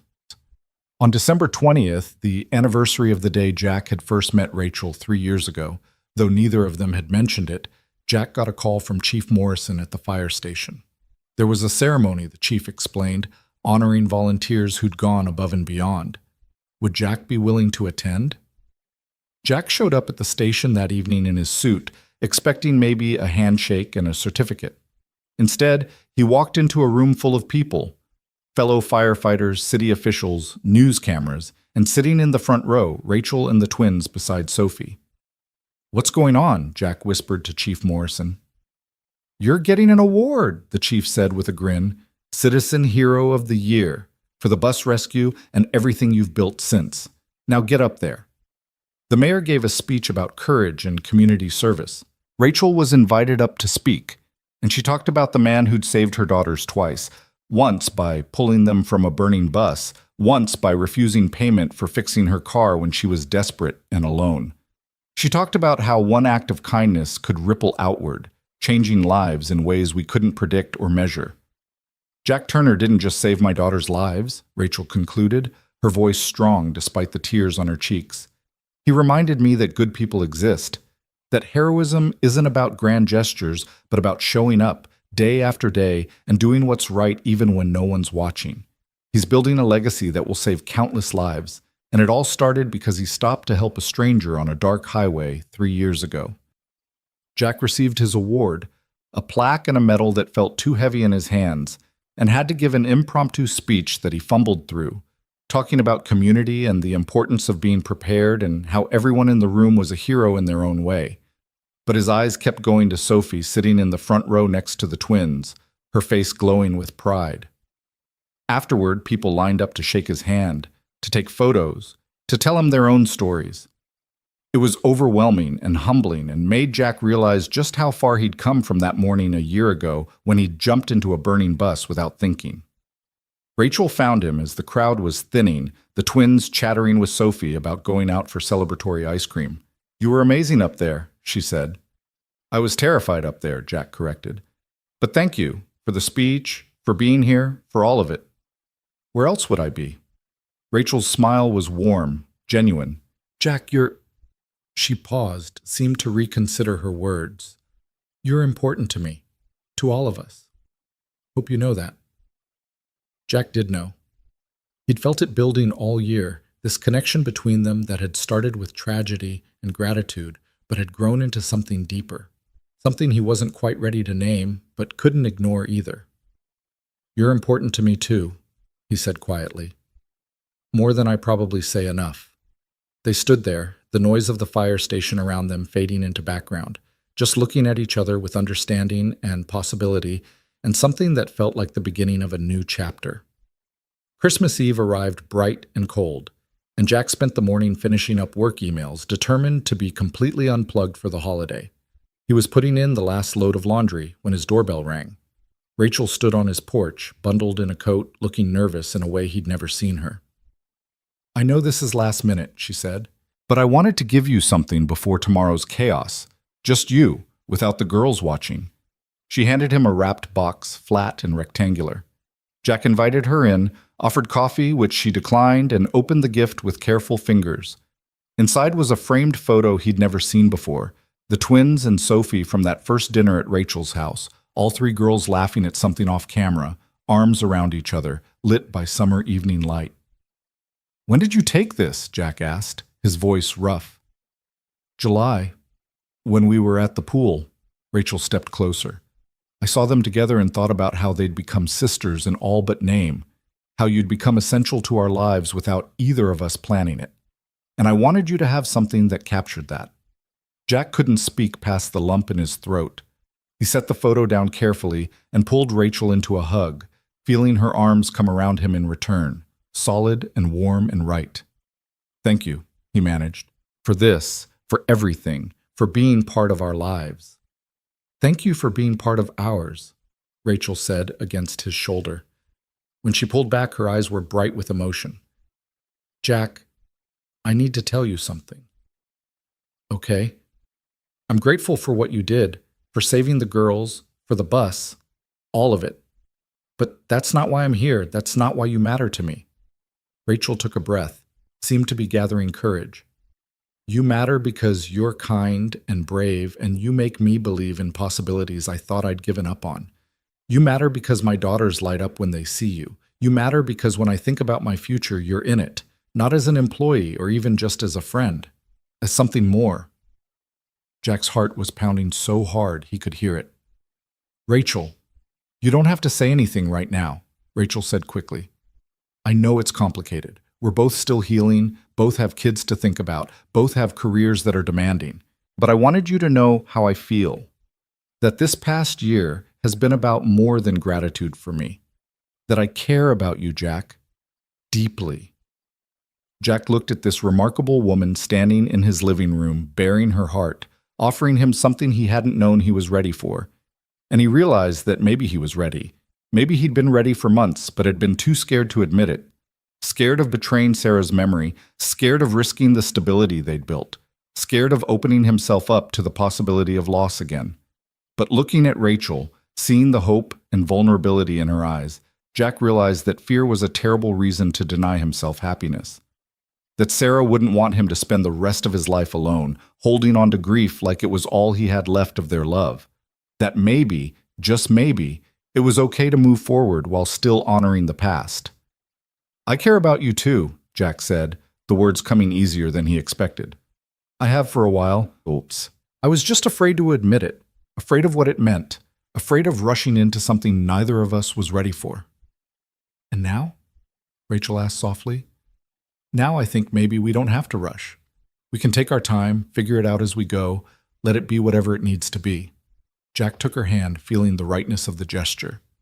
But, yeah, I want you in my future too, as more than a friend. Rachel's smile was brilliant, transforming her face with joy. Yeah? Yeah. Jack smiled back, feeling lighter than he had in years. Let's see where this goes. They didn't kiss. That felt like too much, too soon, with emotions running high and years of complexity to navigate. But they held hands, talking softly about possibilities and concerns, and how to approach this with their daughters. About taking things slow, being thoughtful, protecting the friendship they'd built while exploring what else it could become. When Rachel finally left, Jack stood in his living room holding the photo of the three girls, feeling like he'd just stepped through another door into a future he hadn't dared imagine. Not replacing what he'd lost. He could never replace Sarah, but building something new, something good, something that honored the past while embracing the present. Christmas morning arrived with Sophie bouncing on his bed at dawn, full of excitement about presents and traditions and all the magic of the holiday. They opened gifts by the tree, made cinnamon rolls from scratch, called Mrs. Chen and Hector to wish them Merry Christmas. And at noon, they headed to Rachel's house for the dinner they'd planned weeks ago. The day was perfect, food and laughter and the girls putting on another impromptu play, this time about Santa's reindeer staging a union negotiation. Jack and Rachel shared knowing glances across the table, small touches when the girls weren't looking, the beginning of something neither of them could quite name, but both recognized as significant. As evening fell and they prepared to leave, Sophie pulled Jack aside in the hallway. "Dad, are you and Rachel dating?" Jack's heart skipped. "What makes you ask that? You keep smiling at each other, and you look happy, really happy, not pretend happy." Sophie's expression was serious but not upset. "It's okay if you are. I like Rachel, and Emma and Ellie are basically my sisters already." Jack knelt down, meeting his daughter's eyes. "We're figuring it out, seeing what happens. But Sophie, you'll always come first. Always. That will never change." "I know." Sophie hugged him tight. "But Dad, Mom would want you to be happy. She told me that. She said the most important thing was that we were happy, and if that meant moving on someday, that was okay." Jack held his daughter, feeling tears prick his eyes, feeling Sarah's presence like a benediction. She had known. Of course she'd known. She'd given them both permission to keep living, to find joy again, to build new loves without diminishing the old one. "Yeah, baby," he whispered into Sophie's hair. Yeah, she would want that. They drove home through the quiet streets, Christmas lights twinkling in windows, the world hushed and peaceful. Jack carried a sleepy Sophie inside, tucked her into bed, kissed her forehead. "Best Christmas ever," she murmured, already half asleep. "Yeah," Jack agreed. "It really was." He went to his own room, stood at the window looking out at his yard, at the life he'd built from ashes and determination and the kindness of a woman who'd seen potential where he'd seen only wreckage. In his pocket, his phone buzzed. A text from Rachel. "Thank you for today. For everything. For being you." Jack typed back. "Thank you for seeing me, for all of it. Merry Christmas, Rachel." A pause, then, "Merry Christmas, Jack. Here's to next year and all the possibilities it holds." Jack stood there in his bedroom, in the house he'd bought as a symbol of moving forward, and felt something settle in his chest that had been restless for 3 years. Peace. Not the peace of endings, but the peace of new beginnings. The peace of knowing that life could be hard and beautiful at the same time, that loss didn't preclude joy, that second chances were real and worth fighting for. Outside, snow began to fall, soft and steady, covering the world in white. Inside, Max padded down the hall and settled at Jack's feet, a warm presence in the darkness. Upstairs, Sophie slept peacefully, secure in the knowledge that she was loved beyond measure. And somewhere across town, Rachel was probably settling her own daughters for the night, thinking about the future they were all building together. Jack Turner had stopped at a railroad crossing one October morning and jumped into a burning bus without thinking. He'd saved 15 children that day, including 2 little girls whose mother would change his life forever, not with money or opportunity, though she'd given him both, but with recognition. With the understanding that sometimes the people who save us are the ones who need saving too. That heroism isn't about grand gestures, but about showing up day after day and choosing hope over despair, action over paralysis, life over mere survival. And standing in his bedroom, looking out at the falling snow, Jack understood that he hadn't just saved those children on the bus. In saving them, in accepting Rachel's offer, in rebuilding his life piece by careful piece, he'd saved himself. He'd found his way back from the darkness, not alone, but surrounded by people who'd become family, doing work that mattered, building a future that honored the past without being trapped by it. The morning sun had painted the fields gold when Jack stopped at that crossing a year ago. Now, on this Christmas night, he stood in the darkness and felt only light, only possibility, only the profound gratitude of a man who'd been given a second chance and had the courage to take it. Tomorrow would bring new challenges, new work, new moments to navigate the delicate balance of honoring what was lost while embracing what could be. But tonight, Jack simply stood in the quiet of his home and let himself feel it all, the grief and the joy, the past and the future, the weight of responsibility and the lightness of hope. "We did good, Sarah," he whispered to the darkness one more time. "We're going to be okay." And somewhere in the silence, in the space between heartbeats, Jack felt her answer in the steady certainty that filled his chest. They would be more than okay. They would be happy, not in spite of everything they'd lost, but because they'd learned that life was precious and fragile and worth fighting for, even, especially, when it seemed impossible. The snow continued to fall, soft and eternal, and Jack Turner stood in his home surrounded by love, looking toward a future bright with possibility, ready for whatever came next.